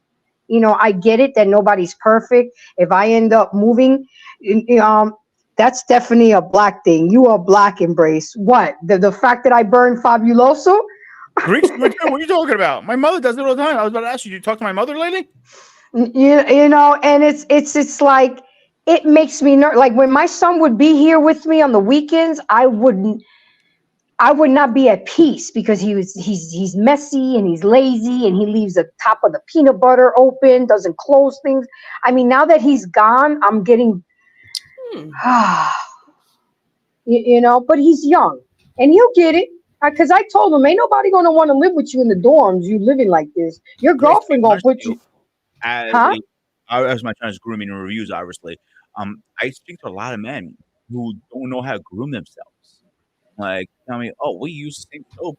You know, I go, you're not supposed to use the same soap. You're supposed to use a different type of soap. You know, sanitation reasons. They're looking like, I'm not doing all that. Okay, then have the stinky dick. Simple as that. And that's why you don't get head, because you got the stinky dick. Hey, look, Grace, you tell him this. You tell your son if she's a good girlfriend, she'll come clean your dorm room for you. Okay, that's what you tell him. If she's a good girlfriend, she'll come knock it out.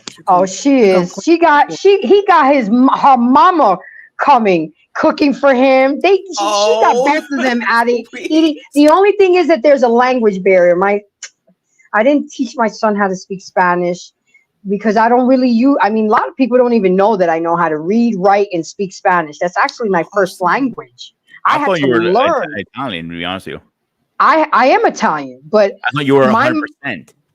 No, I'm half Dominican, half Italian, and my mom didn't speak English. So all she taught to me was in Spanish. When I went to kindergarten, I had to take ESL, English as a second language. So as a kid, they took me out of all the good classes, finger painting, going to recess. I had to go to this little room with Mrs. Gilbert for 4 years to learn how to speak English. And then on top of that, my dad made me go to speech therapy because he didn't want me to speak with a Spanish accent. So you see, you can't even tell. Unless you saw me, you would assume that I'm Spanish. Pero yo hablo español muy bien y nadie me entiende. you know? They're like, damn. Grace, you know how to speak Spanish? Good, and you don't understand? Yeah, I have a serious question. There you go. Right.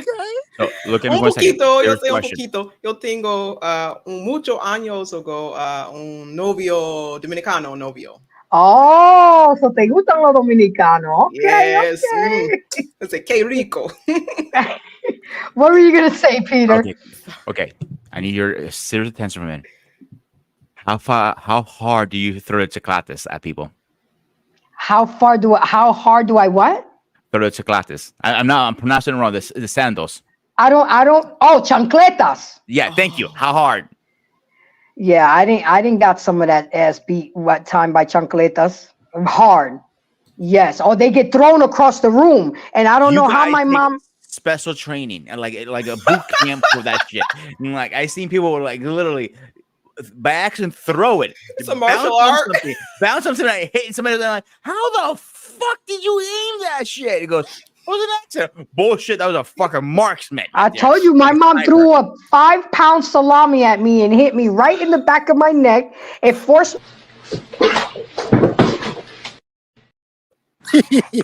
I hit the screen door wide open and the bus is there with everybody watching me trip down the stairs with a salami rolling down the driveway.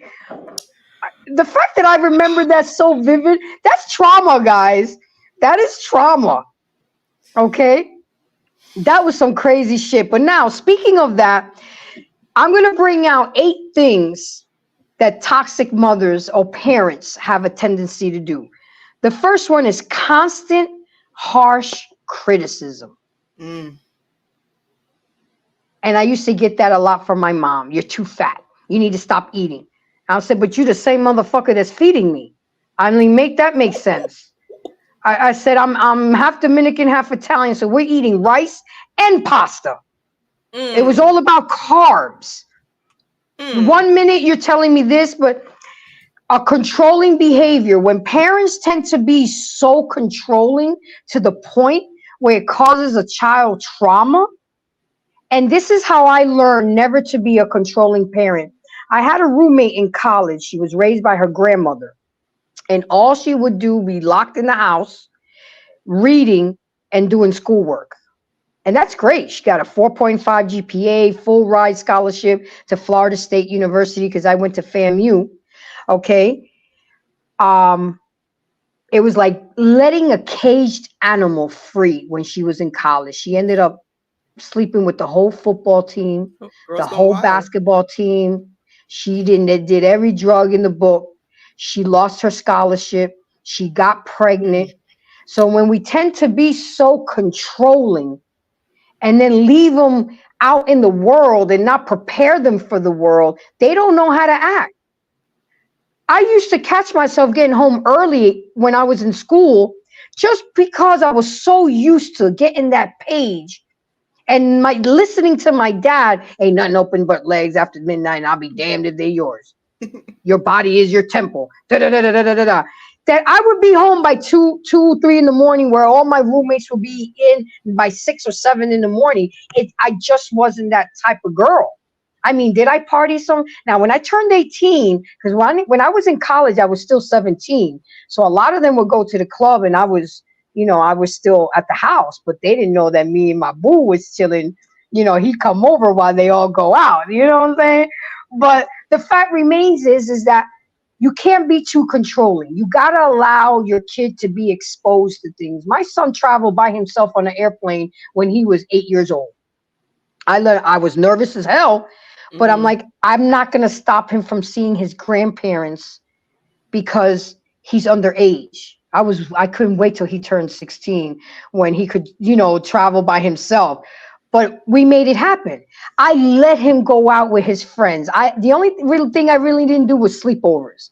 I don't trust sleepovers because they're touching kids and even boys too, But Mom, we're going to Grand Prix tomorrow. Can I go with them? And I always tell them, I'm not taking you and dropping you off. You better arrange one parent to either take you or pick you up, and I'll do the other one. They got to be involved too. I would force parents to be involved because I'm not doing all the work. So which one are they going to do? Are they going to take y'all or are they going to pick you up? I usually end up picking them up because I didn't mind picking them up at 10 or 11 o'clock at night. My son, he would have a curfew, but it was contingent upon what he was doing and where he was going and his maturity level. There's some kids that are not mature enough and they have to be in at the same time. But if he's going to a concert and the concert don't start till 9 o'clock, okay, you have to be home by 1 o'clock in the morning. Mom, really? I said, yeah. But sometimes he wouldn't even make it to 1 because the other friends had to be home earlier. But I would give him that safe space. And you have to allow that to your kids. Number 3, guilt tripping and manipulation. Oh, I feed you, I clothe you, I do this, I do that. You're supposed to do that. Yo, my son said that to me one day. I was so upset with him. I said, aren't you happy that I do this, do that, do that? He's like, but Mom, you're supposed to do that. You're the parent. You're the adult. And I'm telling you, I learned a lot from my son because I've taught him to express himself.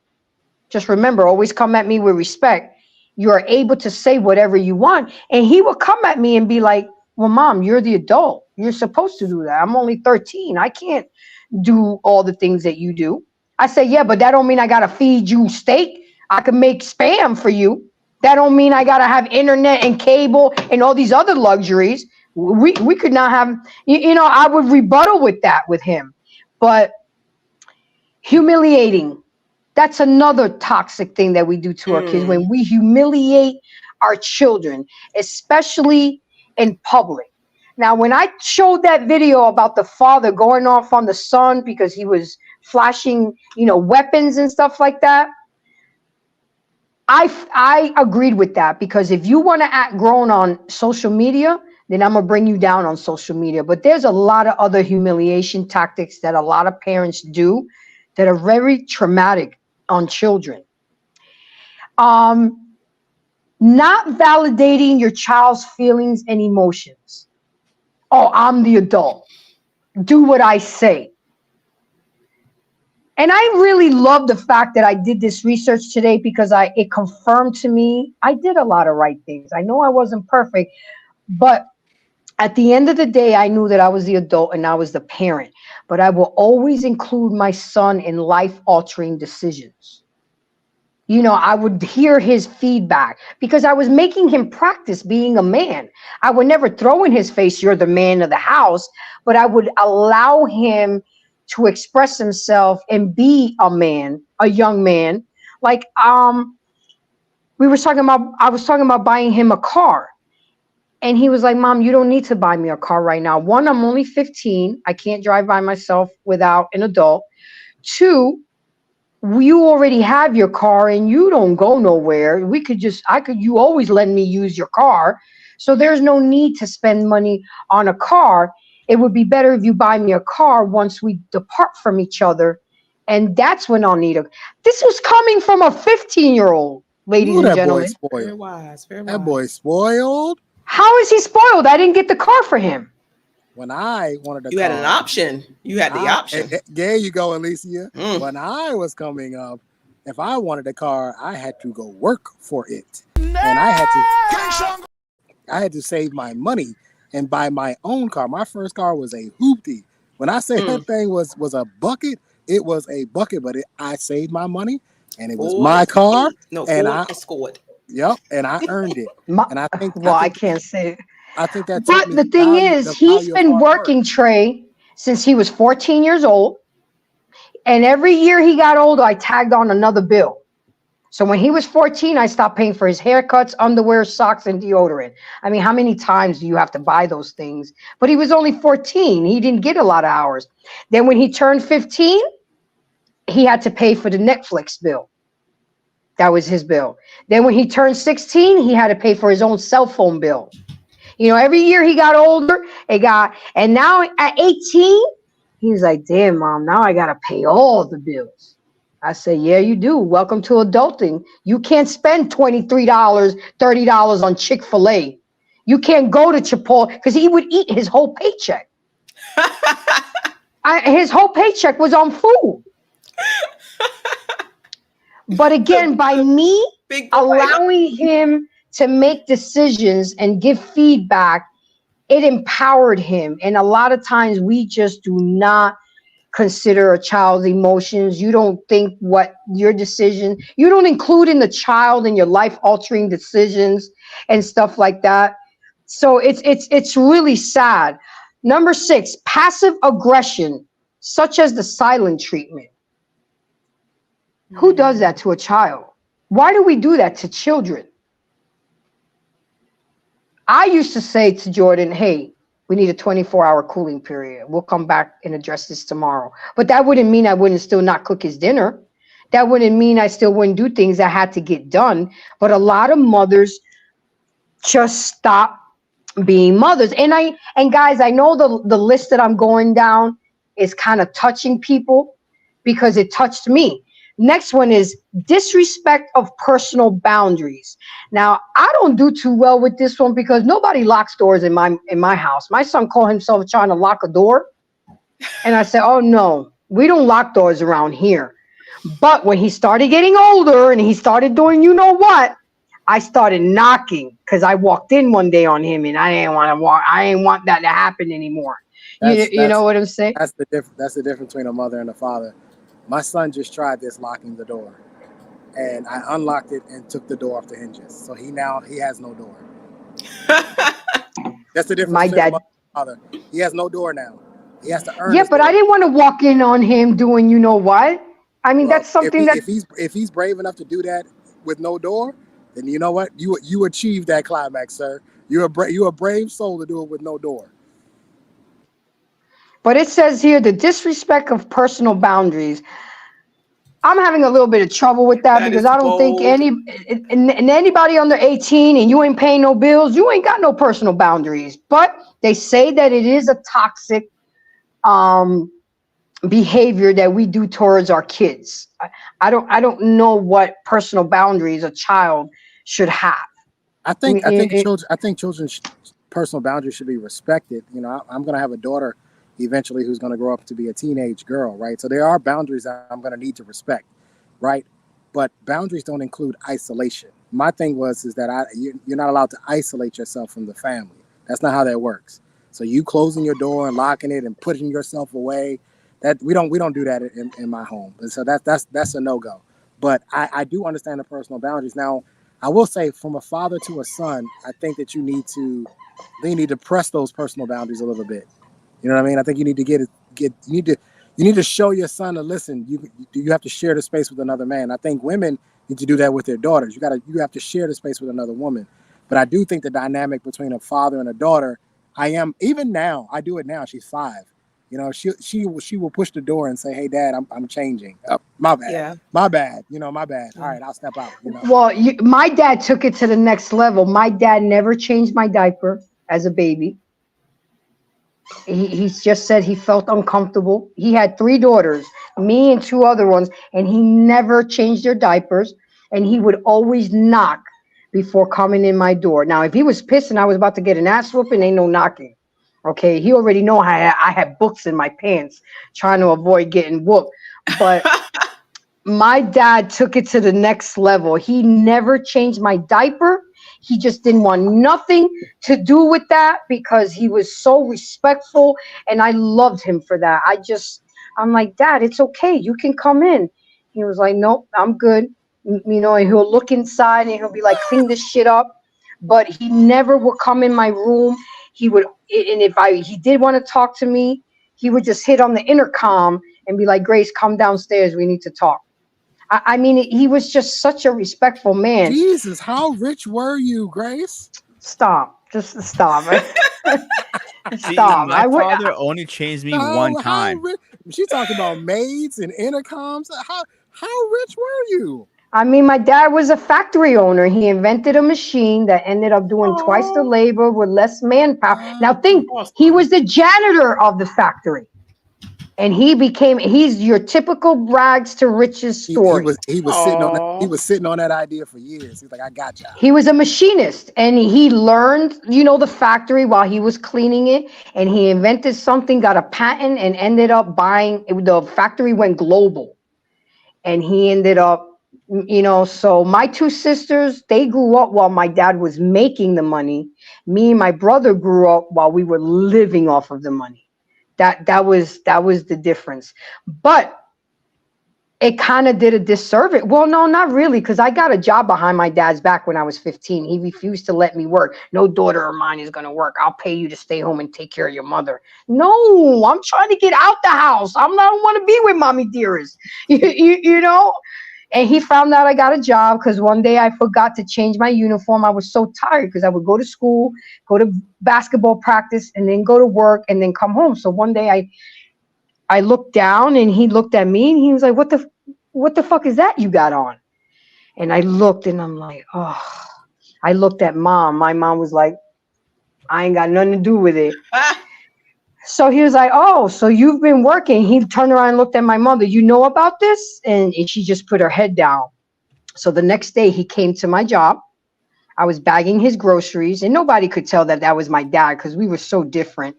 And I was shaking. I was so scared. I'll never forget. And the cashier said, Grace, what's wrong with you? Why are you shaking?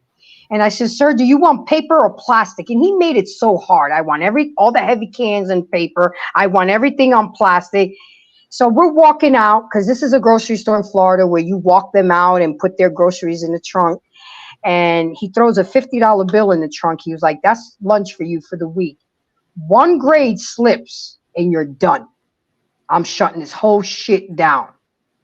And he let me work. And I loved it because it taught me to have my own money, not have to always go to daddy. I'm like, Dad, you bought me a brand new car. I should be able to put the gas in it.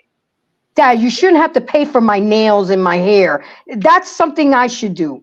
And he was like, okay, he let it go by. But he had my schedule posted on the refrigerator. I got caught lying one time. Now he would call the store manager. What's her schedule? I'm telling you guys, my dad did not play. And I give him credit that's the woman that I am today because he did stay on my neck. I mean, was he toxic sometimes? Absolutely. It got so bad with us that we couldn't communicate with each other that he started writing me letters because it was a screaming match, or he'll slap the shit out of me or whatever.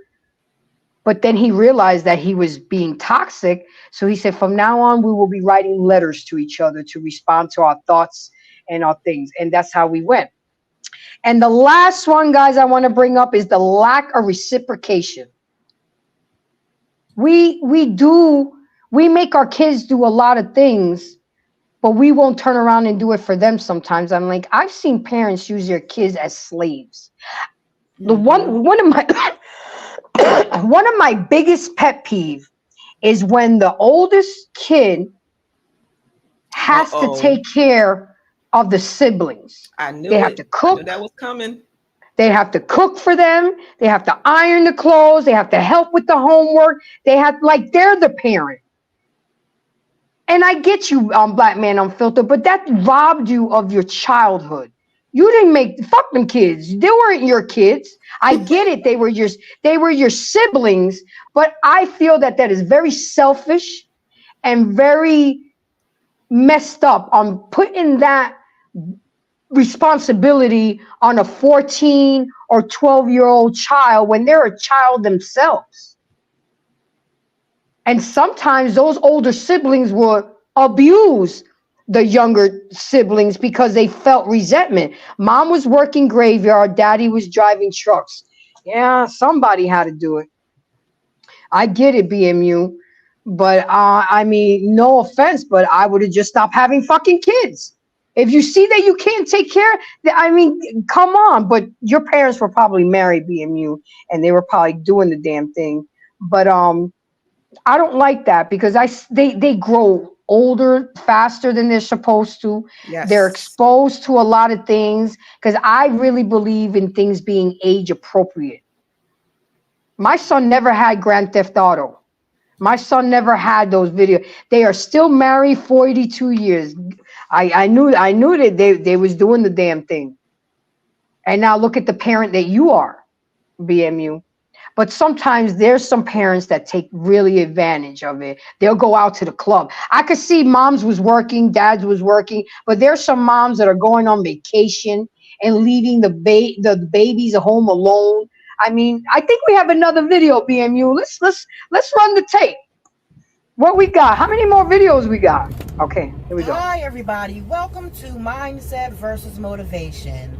My name is Carla, and this is the channel where I am trying to help people heal as well as help myself and go over childhood trauma, how to become more resilient, how to become stronger, how to deal with the effects of your toxic mother or emotionally unavailable mother. And in this video, I am going to show you some examples of how some toxic mothers will act and behave, and how they will not take responsibility or be held accountable for what they do. And you wonder why you never got the apology. They never came to you and said, I'm sorry. Yep. I never got the sorry from my mom, but I did make sure that I forgave her though. And I wasn't forgiving her for her. I was forgiving her for me, so I can be at peace. You know, a lot of my family members used to say, well, you know, you don't know what she went through as a child and da-da-da-da. And I kind of heeded to that. But at the end of the day, you know when you're being a fucked up parent. You know when you're doing and saying shit that are not appropriate. Travel One asked a good question. She said, embrace the grace. What traits your parents had raising you do you find yourself doing in your parenting? I whip that ass. I believe in ass whooping. But the thing is, my kid was a good kid. I can only count on one hand how many times I had to whoop him. You know, I tried the timeout shit. That didn't work because I fell asleep and had him on timeout for 3 hours. So he came to me and woke me up talking about, Mommy, I got to use the restroom. So never had to do that again to him. When he became older, the easiest punishment was just taking that phone away I mean, what else do I find? What other traits? I tend to yell sometimes, and I got that from my dad. That's why I don't do very well with yelling, but my son would let me know, Mom, I know you're from New York, but come on, can we tone it down a little? And I thought I wasn't yelling, but to me it was normal talk. He was like, Mom, you're yelling, relax. And I would take heed to it. What else do I find that my parents, well, I was strict with curfew. I kept my kids safe, but I didn't hide nothing from him. I taught him about drinking. Oh, my dad taught me how to drink. He knew I was driving on my own, and he knew that I was drinking with friends. So one Sunday, he was like, what beer do you drink? I said, I drink Heineken. He was like, oh. So you know what he actually did, guys? He actually taught me what my limit was. Until this day, I still drink like that. He told me. We were drinking, watching a game. After the fourth Heineken, he saw I was acting different. He was like, your limit is 2. And after every beer, you drink a bottled water. Do you know that you never leave your drink alone? Till this day, I still drink that way. I've never gotten, only one time, I can't say never. I've never gotten drunk in public. Tossed my cookies one time, and that was in college, but it was always so mindful. Then the next week it was liquor. He was like, what do you drink? I said, Mama, I said, Dad, I drink Hennessy, MD 2020, and Cisco. He was like, so you drink all that ghetto shit. Okay, well, I'll buy it for you, but he taught me about Seagrams. He taught me about bourbon, you know. 7 and 7 was his favorite drink. Seagram 7 was 7-Up. But the thing is that you know your kids are going to drink. Now, drugs, he was like, he used to piss test us. If he thought we were doing drugs, he'd be like a probation officer with the cup at the door. So I was terrified of my father. But he did teach me to drink. And till this day, I appreciate that. So that's one thing I did, travel one I did with my son. I would let him, during the holidays, drink coquito, taste this, taste that, because I'd rather him do it at home with me than do it out with his knucklehead friends and get into something stupid. And you guys cannot cover and sugarcoat shit. Go ahead, Trey. The thought process is to take the allure away from it. That's the reason why you do it. My sister turned 17. We got her drunk. My goal was, before you go off to college, is to take the allure of drinking away. I don't want it to be something that, I got to do this.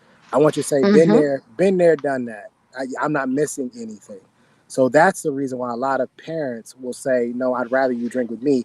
But when in reality, what you're really trying to do is you're trying to take that specialness away from it. So that way, when they go out and go hang out with their friends, I got a buddy who, first time he ever smoked weed, he smoked weed with his dad. So by the time he got around all his friends who were smoking weed, he was like, I've been doing this. It's nothing new. It wasn't that special. So he wasn't so eager to do it with his friends. He would rather smoke with his dad. You see what I'm saying? Like, that's the real reason. I never looked at it that way, but my son came home one day, because I used to tell him, when you get your car, is ash, cash, or grass. Nobody rides for free. I don't care how pretty she is. But he didn't know what grass was. So one day he comes home and he slams his book bag on the pool table. He was like, Mom, I know what grass is. I said, okay. The rule doesn't change. Ask, cash, or grass. Nobody rides. I said, you just bring the grass home to Mama. I got you. You know what I'm saying? Then another day he came home. He was like, Mom, I want to see it. I smell it in school all the time. I hear about it. I want to see weed. You know what I did? And like I said, I'm the type of parent, and a lot of parents may not agree with this, but I actually rolled one in front of him, and I taught him, you don't just smoke with anybody you don't know. You make sure you see what's being rolled, or you're going to be like Pookie in the pigeon cage. Oh yeah. You know? I mean, I told him, you're tall, you're dark, you're handsome. You're going to have haters, and they're going to lace that. Biggie, can you not do that? They're going to lace it. Now, granted, he doesn't smoke, but the thing is that I did not hide it from him. I did not sugarcoat it from him. And a lot of parents want to do this and do that and forget that they were teenagers. I said, there's no need for you to sneak out. You tell me where you want to go and what you're doing, and give me the option to say yes or no. Because if you sneak out, your life is over. You know, I don't never want a police officer to knock on my door and say, well, did you know your son was here? I never wanted that phone call, or I never wanted anything. So all I'm saying, guys, is that we need to do better as parents. We need to take the bad shit that our parents did to us and throw that away.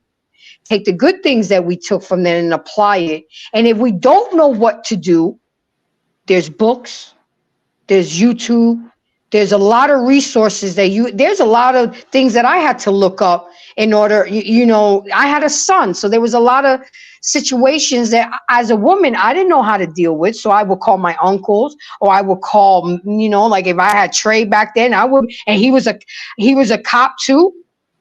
My son was starting to act up, and I called my homeboy. He was a cop, and I said, come arrest him.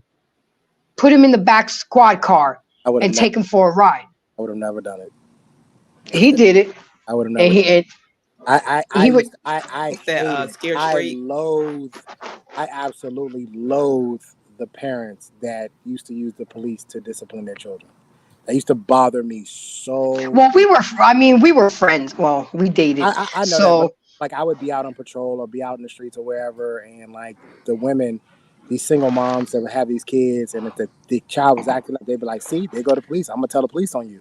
And I would make I would make it my mission to go up to that kid and go talk to that kid and make them, don't be scared of me. I'm here for you. I'm here to help you.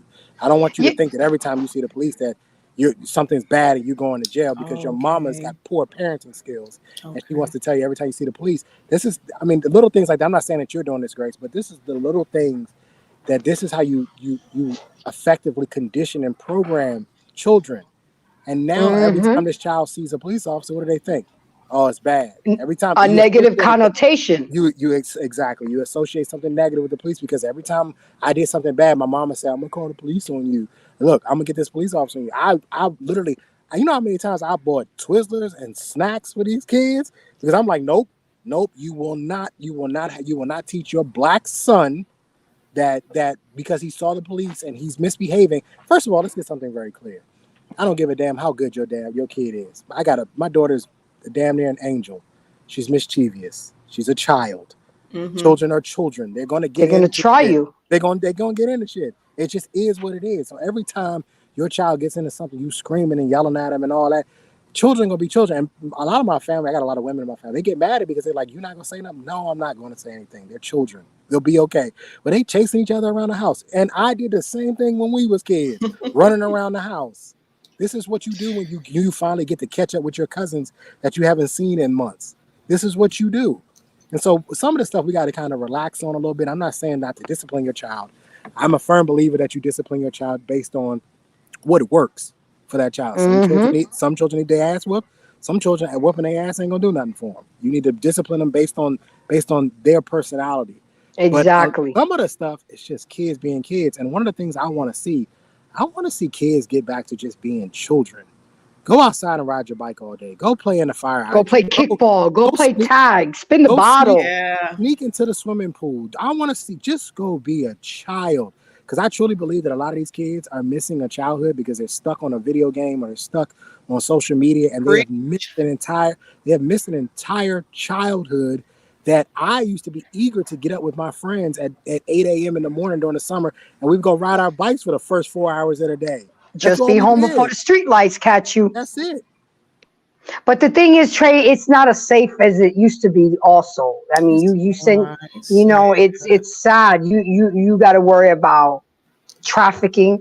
You got to worry about drive-bys. You got to worry about, and I get it because I remember my son and his friends in the neighborhood used to play manhunt. I don't. Do you remember what that is? I don't know. They used to play, but not as. We used to drink water from the water hose because we didn't want to go home. Because once we went home, a lot of the times our parents would say, "Just stay home. Don't go back outside." Nope. You go to the corner store, get you a bag of chips, some cookies, and a little one of them Hubba Bubba juices. And you good, and you good for the day. Because if you go home, there was a chance that they may tell you got to stay home. And I get it, and I miss that for the kids. We used to go to the park. I mean, there were so many things that we used to do. Your parents would use this phrase: "You're either in or you're out." That was the Yup. phrase they used. You either Stop letting the AC out the door. Right? Stop. Trying to AC the entire neighborhood. I'm tired of hearing my door slam. You either in or you're out. But for me as a kid, see, I was the opposite. I was the type of kid where my mom knew a curfew wasn't gonna work on me because I wasn't coming home. When I left the house, I was gone. I was gone all day. I would just find stuff because I lived in DC. There was always stuff to do in DC. We could get on the train. Yep. Kids could train for free. So because I could ride a train for free, who knows where we'd end up? You know how many times I ended up downtown in a museum somewhere, air and space, natural history museum. I'm just being honest. I'm being honest. But the thing is I got a better education. I got a real life education because I actually really was. I was a terrible child. Like I got what do you call it? Expelled my second grade. I got expelled in second grade. What'd you do in second grade? I went to a Catholic. I probably shouldn't even tell you how this. I went to a Catholic private school, and obviously my mom was trying to give me the best education possible. And we the worst ones in Catholic school. Yeah, and the teacher wouldn't let me go to the bathroom, and this wasn't one of those situations where I actually was like playing around. I legitimately had to go to the bathroom, for real. I had to go to the bathroom. And back in the day, let's see, second grade, this probably was 80, 89, 90, maybe 91, somewhere in there. They used to put you in the coat closet. If you were misbehaving, they would separate you and close it. And close it. Well, I had to take a shit, so I decided to take a shit, and I took a shit right in that coat closet. And they expelled my ass. It's a true story. They expelled my ass from that school, but I gotta give my mom credit. She never made me feel bad about it. She said the same thing to me. You had to use the bathroom and you weren't allowed to. I'm not gonna hold you at fault for that. Yeah. She sued that school and she won. She sued that school and she won because they didn't let me use the bathroom. And they tried to rest on this. Well, we had bathroom time and he didn't use the bathroom, and that's just not how the human body doesn't work that way. So she did. She sued. I don't know how much money she got, but I do know that I went to another private school and then she wound up buying a house. I do know she got something. A shitty situation turned into a good situation. Wow. Literally. And the other way that they found out that it was me, because there was another boy that was in there, and he had to go to the bathroom too, and he was known for peeing on himself. So they initially, I'm just a true story. I'm not making this up. They initially thought it was him because obviously he used to use the bathroom on himself. They took us both. I think this is where the lawsuit came in. They took us both down to the bathroom and literally pulled our pants down and to see which one of us would actually shit on ourselves. Obviously, it was me because I couldn't wipe myself, right? So it was me. That's how they found out it was me. I think that's where the lawsuit actually came from. I think that's what she had to sue them for. But all I know is I wound up going to a Christian private school after that. That was my last year in private schools. My mom put me in public schools after that. And we were in Northwest DC. We moved from Northwest DC to Northeast DC, and we moved into a house. And that's how that happened. So, but yeah, again, like I said, we're not letting children be children. And it bothers me. Jesus didn't want me at Holy Comforter Saint Cyprian was the name of the school, by the way. Jesus. It was a private guys, Catholic, the best private Catholic schools in DC, but yeah, they made a huge mistake. I'm going to bring up one more situation, and then we're going to wrap up. Okay. I like to bring up one as well. Okay. What I want to say is, parents, when a child comes to you and brings up, he touched me or he molested me, can we please stop negating the situation? Do kids lie? Absolutely. But is the parents that are dismissive, the parents that tell them, I don't believe you, or you're just jealous of my husband or whatever. It's too many of that. And I'm telling you right now, and I'll be vulnerable with you, That's why me and my mom stopped talking I never saw my mom the same way when I was 9 years old, because she didn't have my back. And not only did she not have my back, she still allowed me to interact with this person at Thanksgiving dinner, at Christmas dinner. I understand why she didn't tell my father, because my father would have been sitting in a Dominican jail for the rest of his life. But the fact that you did not say anything to this man, will still bring him stuff from the States to the Dominican Republic. I'm telling you, till this day, and I told my mother this when I was 15 years old, you better get your shit together and learn how to read and write English, because daddy's not going to be here.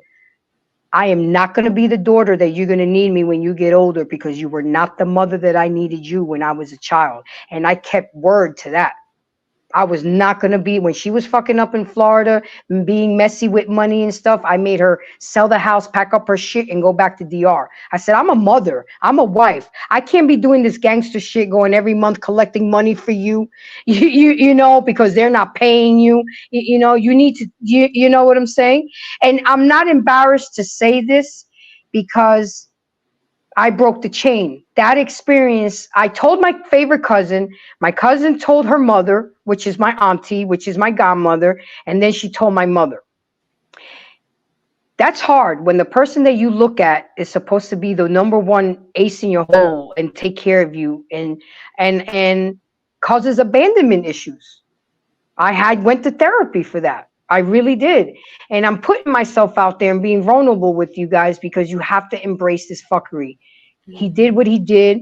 I mean, thank God it wasn't that serious, but it was serious enough where he opened my eyes on a sexual level at 9 years old, where it shouldn't have took place. And then here I got my dad whispering in my ear, your body is your temple. Your body is your temple. Your body is your temple. But then this happened. But let me tell you what, they got into a head-on collision. My mom's tongue was split in half, and they had to actually sew it back together. And I told my mom, that's God punishing you for not speaking on my behalf. And then he was sitting in the middle, and he lost an eye. I said he lost his eye because he was looking at little girls. So God, revenge was taken upon my mom's tongue caught circulation, and they sewed it, but she was never able to speak the same. It reminded her of the accident every day. And to me, I was satisfied with that. Yeah, bitch, you should have said something. Maybe you still would have had your tongue. Grace, Grace, hold on, guys. But you know something, Trey? What needs to happen for the moms, though? A lot of times the mom find out about it and try to handle it on their own and don't tell daddy. If that happens to my daughter and her mama don't tell me, we're gonna have a fucking problem. Well, that's what I wanted to speak on, because that motherfucker having taken these reports, I actually disagree with you, Black Man, because I've been in these situations where you get the call where there's some sort of assault that's happened to a minor, and dads fly off the handle immediately, and you haven't actually done the full investigation. Now, I'm not saying that the child is lying, but there is a possibility that they may be mistaken, right? So you need to do a full, and I'm serious, you need to do a full, thorough investigation before you go take somebody's life and come to find out that it was just a mistake. I've seen it happen. And I'll give you a tip. One of the things you can do if they're a small child, have them draw you a picture. They say, hey, draw this for me. Where did it happen? Right? I know you guys have watched Law and Order before. That is a real tactic that we do use. Where we say we take the doll or we take the teddy bear and we say, show me. That's a real thing. That's an actual real thing. We actually do that with small children. If they're an old enough child where they can write sentences, have them write it out. Tell me what happened. What did it feel like? And if they're older, if they're a teenager, ask them, what did it feel like? Describe it. What did his breath smell like? Right? What did he smell like? Because at that age, they're able to describe a lot of things. You just start to ask a lot of these questions. You'll start a person who's been assaulted at that level. Their story sounds exactly the same every time you ask them, because it actually happened. So if you ask them today, what does breath smell like? And say, oh, it smelled like beer. And then if you ask them 2 months from tomorrow, what did breath smell like? It smelled like beer. Okay, this more And than you likely know they're telling the truth. This more than likely probably happened, right? This more than likely probably happened. I just would say my advice to parents: slow down. I know that your feelings are involved, and especially as far as I have a daughter, and I'm telling you, I'm going to go grab the assault rifle, and I'm loading up. I'm ready. I'm with you, black man. I'm right there, but you have to slow down a second. Let's ask some questions, because there are times where things get a little bit confused and the child gets confused and they don't know what they actually saw or what they're actually describing. And if you ask the proper questions, you'll get the proper answers. Now, if everything checks out, hey, you got to be a father. Go be a father. I ain't got no issues with that. But just take a second. Just take it. I'm serious. I have no issues with a father going and handling business after you've done the work to make sure, yep, this actually happened. My child's not lying. Absolutely not a problem. But if you have any reason, have any doubt, this story's not really adding up. It doesn't really make sense. I would also see what services there are to take that child to a professional. There are professionals. This is all they do is talk to children about trauma, sexual traumas, and things like that. Go take them to a professional and see. I need to know, is my child telling the truth? Because I want to believe them, but I don't. You know what I mean? I don't want to do something to a person who's innocent, because this can ruin people, especially men. Absolutely. It can ruin men, and if they get a false charge, it can ruin them. So we got just all I say is just slow down a little bit. That's all. Just slow down. And Trey, that's why I understood why my mother didn't tell my father, because my father would have been like BMU and he would have took out the whole household.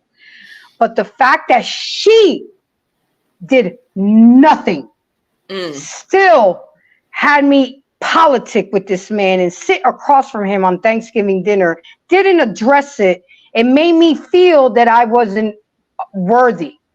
But let me tell you how God turns things around. I already told you what happened to him. The same favorite cousin calls me crying hysterically, and she found out that her son was being touched by a priest, one of the ushers from the church. She was like, what should I do? What should I do? What should I do? I said, well, the first thing you do is you make sure that child sees you taking up for him. You find out what happened. You arrest him and you press charges, because when that child sees you standing up for him and believing him and taking action, he's gonna feel safe. He's gonna feel worthy. So to me, I really think that happened to me the way it happened to break the curse in our family. Because I was the first person she called. She didn't even call her husband, because she remembered what happened with me. And I said, do the opposite of what your aunt did, which was my mother. Let it be known. Tell on him. Report him. Charge him. Let that little, and then I suggested therapy, and he's good now. He's thriving. He's in his 20s. But the fact remains is that too many of us, and shout out to Smitty's Corner, where I heard him say one day, we put too much shit underneath the rug that eventually we're going to start tripping over it because the lump is too high. Stop with all the secrets. Go ahead, Alicia. What did you have to bring up? Oh, that was intense. Thank you all for sharing. I know. I didn't know if I was going to bring this up. No, it needed to be said. Exactly. What did you want to bring up, honey? Another toxic trait. Oh my goodness. Parents, whether it be on the phone or social media or even in public, praising their children, but then they'll get home and they won't say two words to them. They completely ignore them, completely emotionally absent. They like the idea of having kids, but not wanting to parent. Just like marriage. They like the idea of the wedding and the dress, but don't want to put the work in the marriage. Exactly. Yeah, I get it, because I remember where I had a lot of parents wouldn't take their kids to practice, wouldn't participate, but would make sure would be there at the game, Gucci down so everybody can see them, but you're not there when I really need you. You didn't, bitch. Today was your turn to bring the snacks. Where's the snacks? Okay. Parents out there doing that. The kids see you. The kids see you. They see you. And now it's your turn. You think they don't? Trey, can I ask you a question, dude? Yes, sir. Maybe it's me, but it seems like more and more that more kids are getting molested now these days than ever. Do you agree with that, being a former police officer? I think more kids are willing to speak out. Mhm. I think in the past, It was hush hush. Yeah, the culture was to keep the secrets, right? You know what I find interesting in my family? Every time we sit down and talk with my grandmother, we find out something new about our family. And I'm like, how many goddamn secrets do y'all have? So many secrets, because that was the culture back then.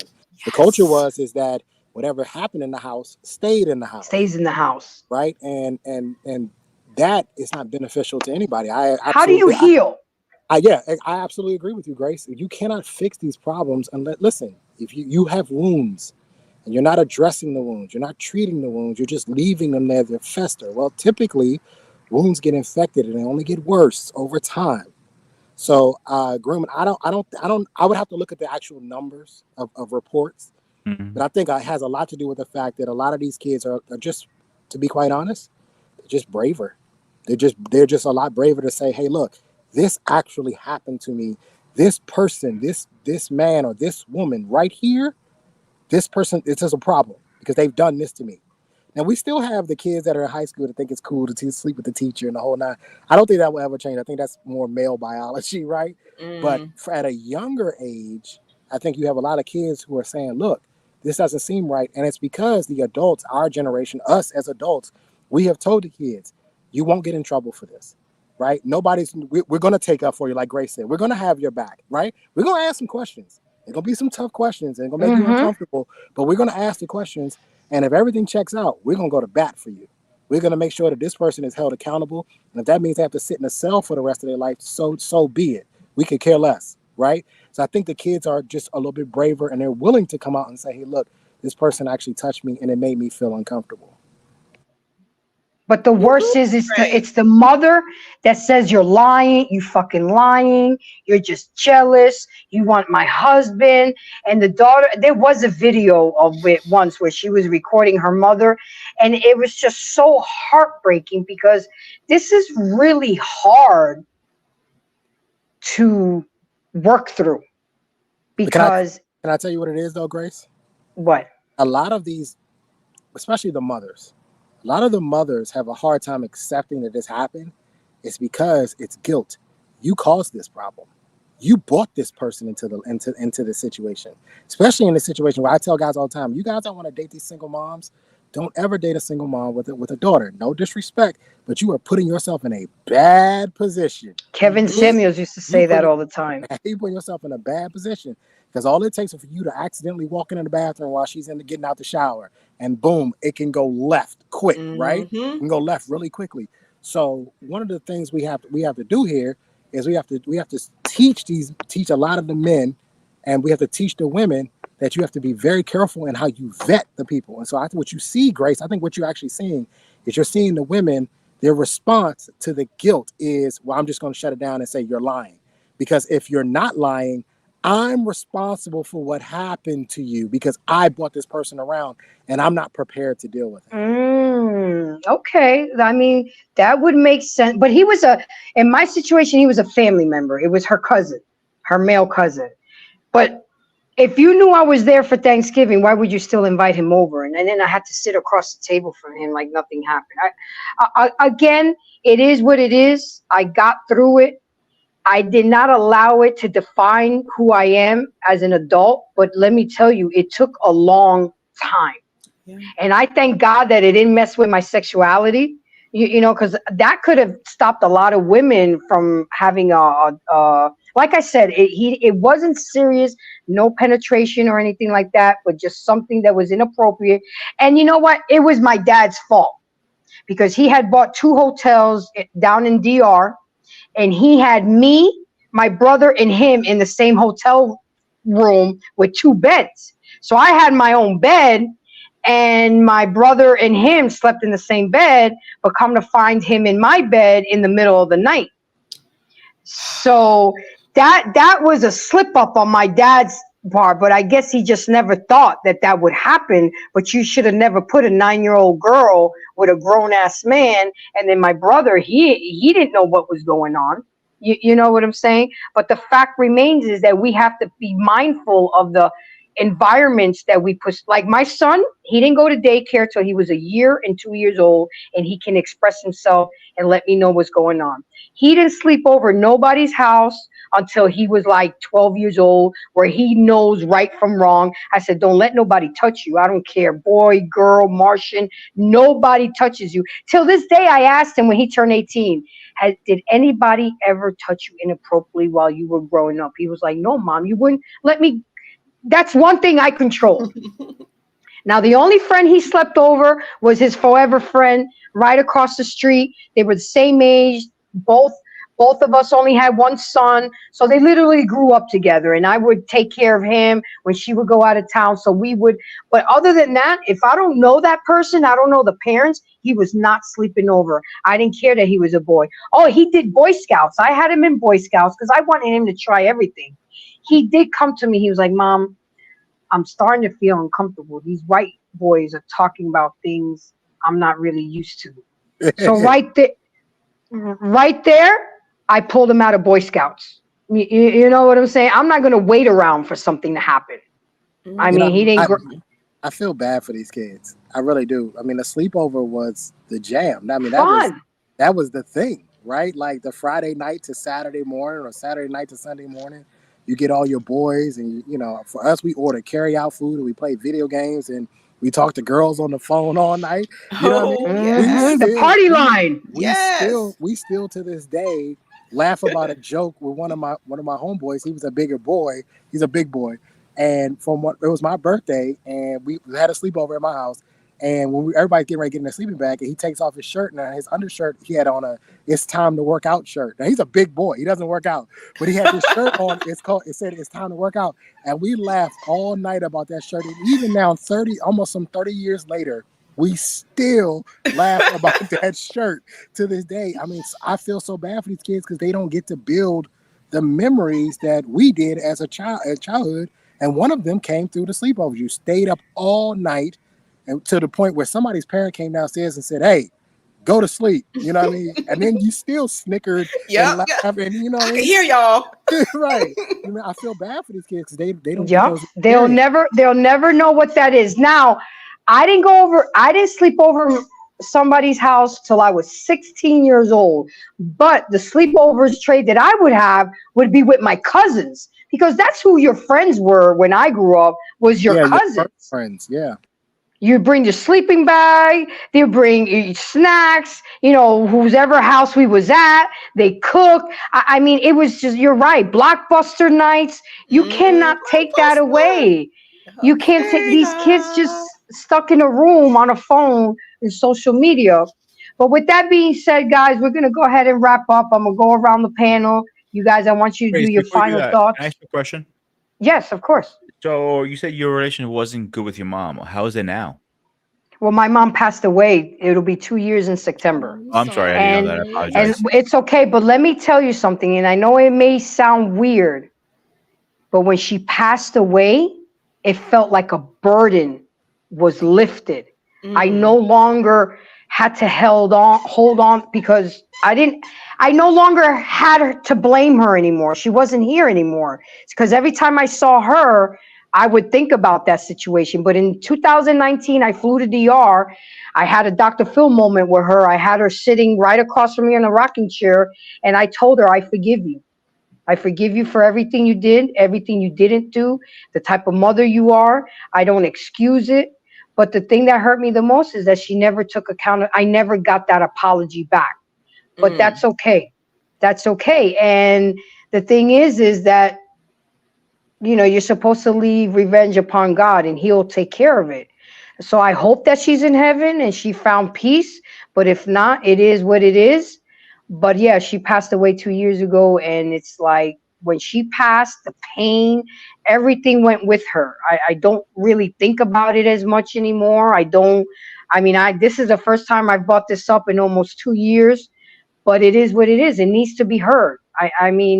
I want people to understand that I don't come up with topics just out of my ass for no reason. There's a reason why I talk about things. If I could save one child tonight and a mother be like, damn, I do all those 8 things that Embrace said, I need to do better, then my job has been accomplished. Absolutely. Maybe change the mindset of a young man. I mean, this is what we do this for. Yes, I like to entertain and laugh and key, but at the end of the day, I like to do things so we can, because when we know better, we do better and we become better versions of ourselves. So I guess that would be my final thought. But Alicia, go ahead and we'll go to Peter and we'll close with Trey and we'll wait for next Monday again. So Alicia, what do you final thoughts you have about all this?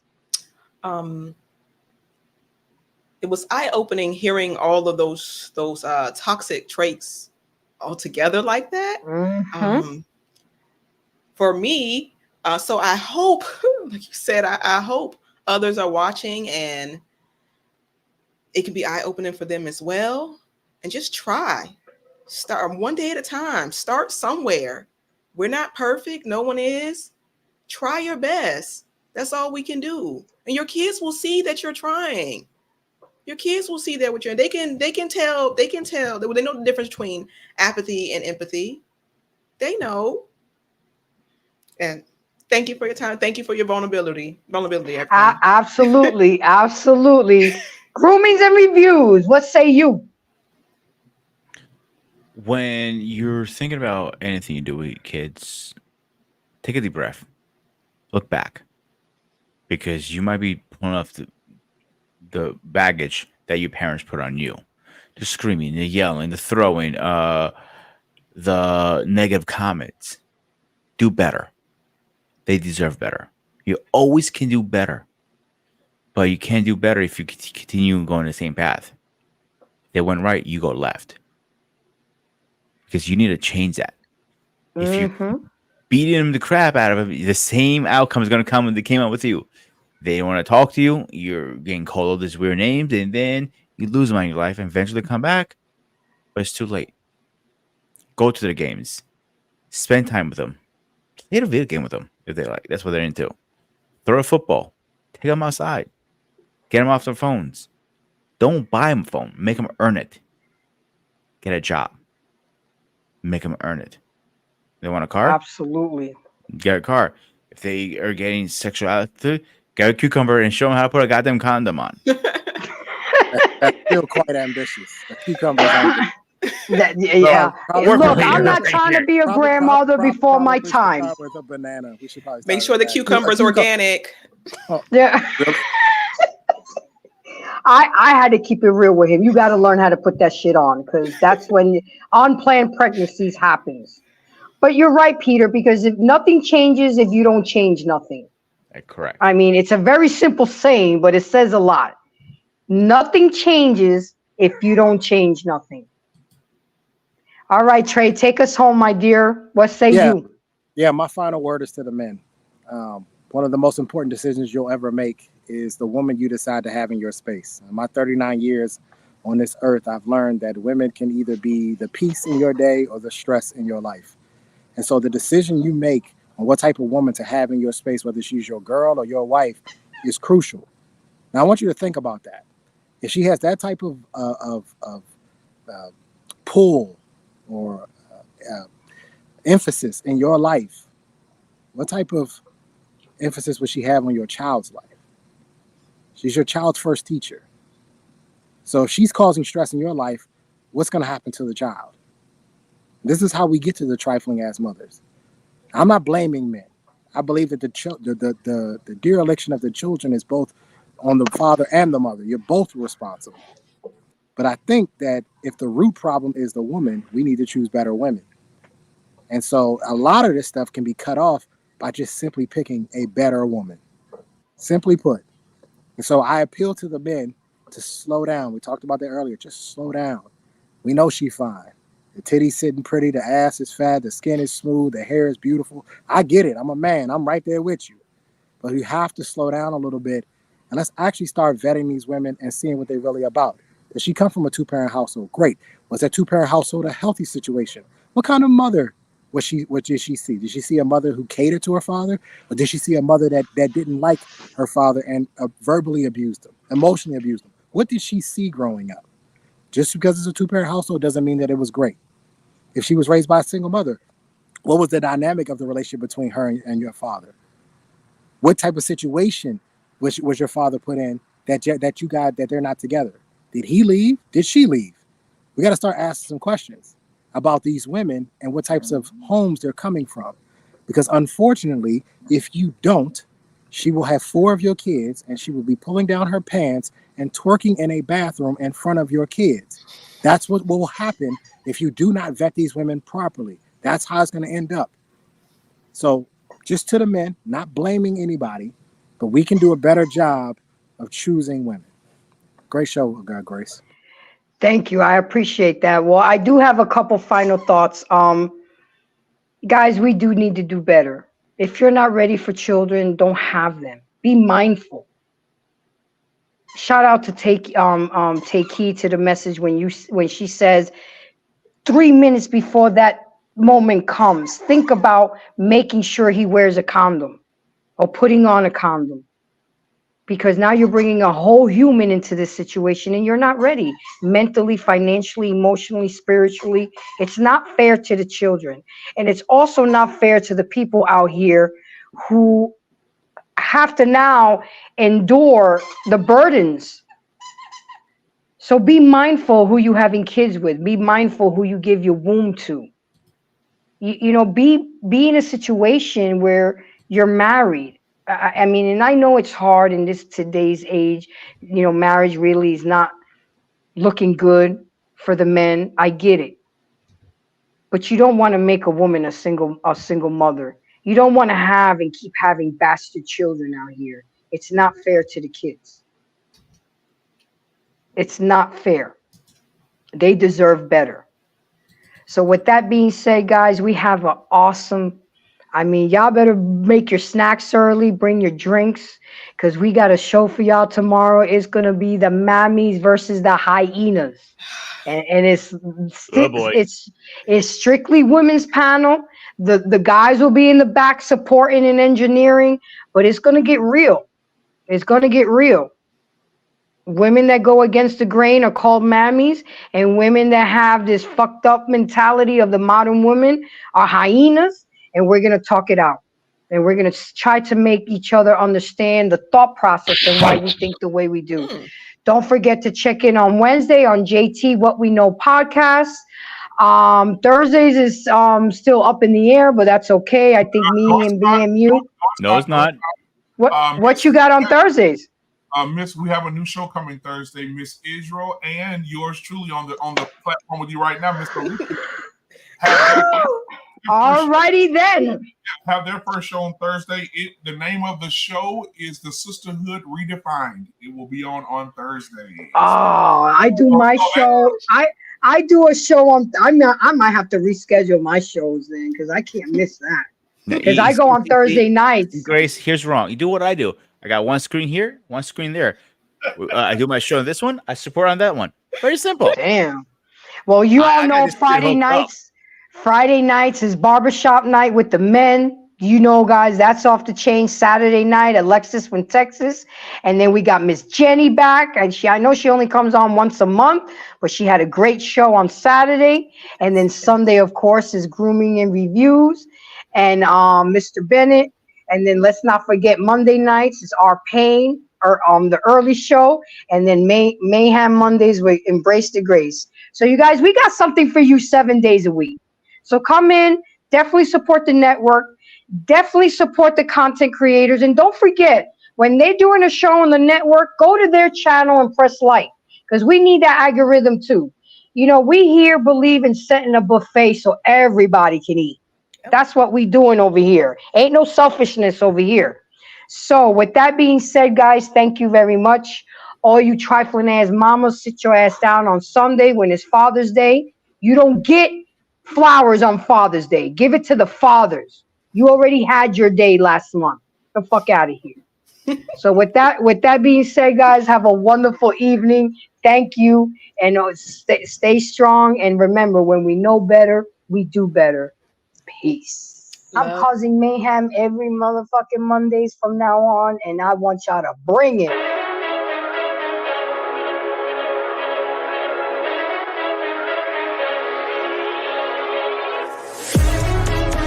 No, you got your man out there doing bigger and better things.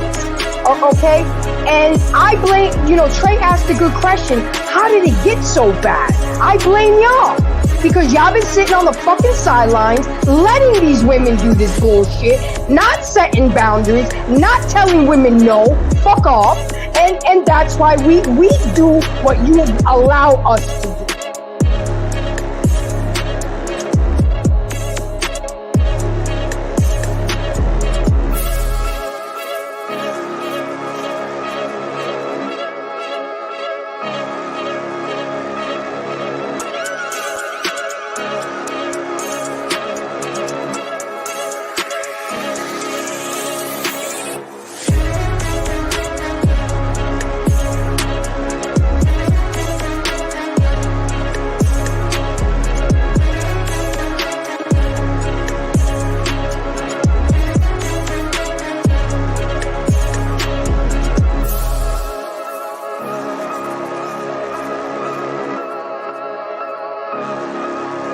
You are one I love to hate and hate to love, but at the end of the day, I love you, baby girl.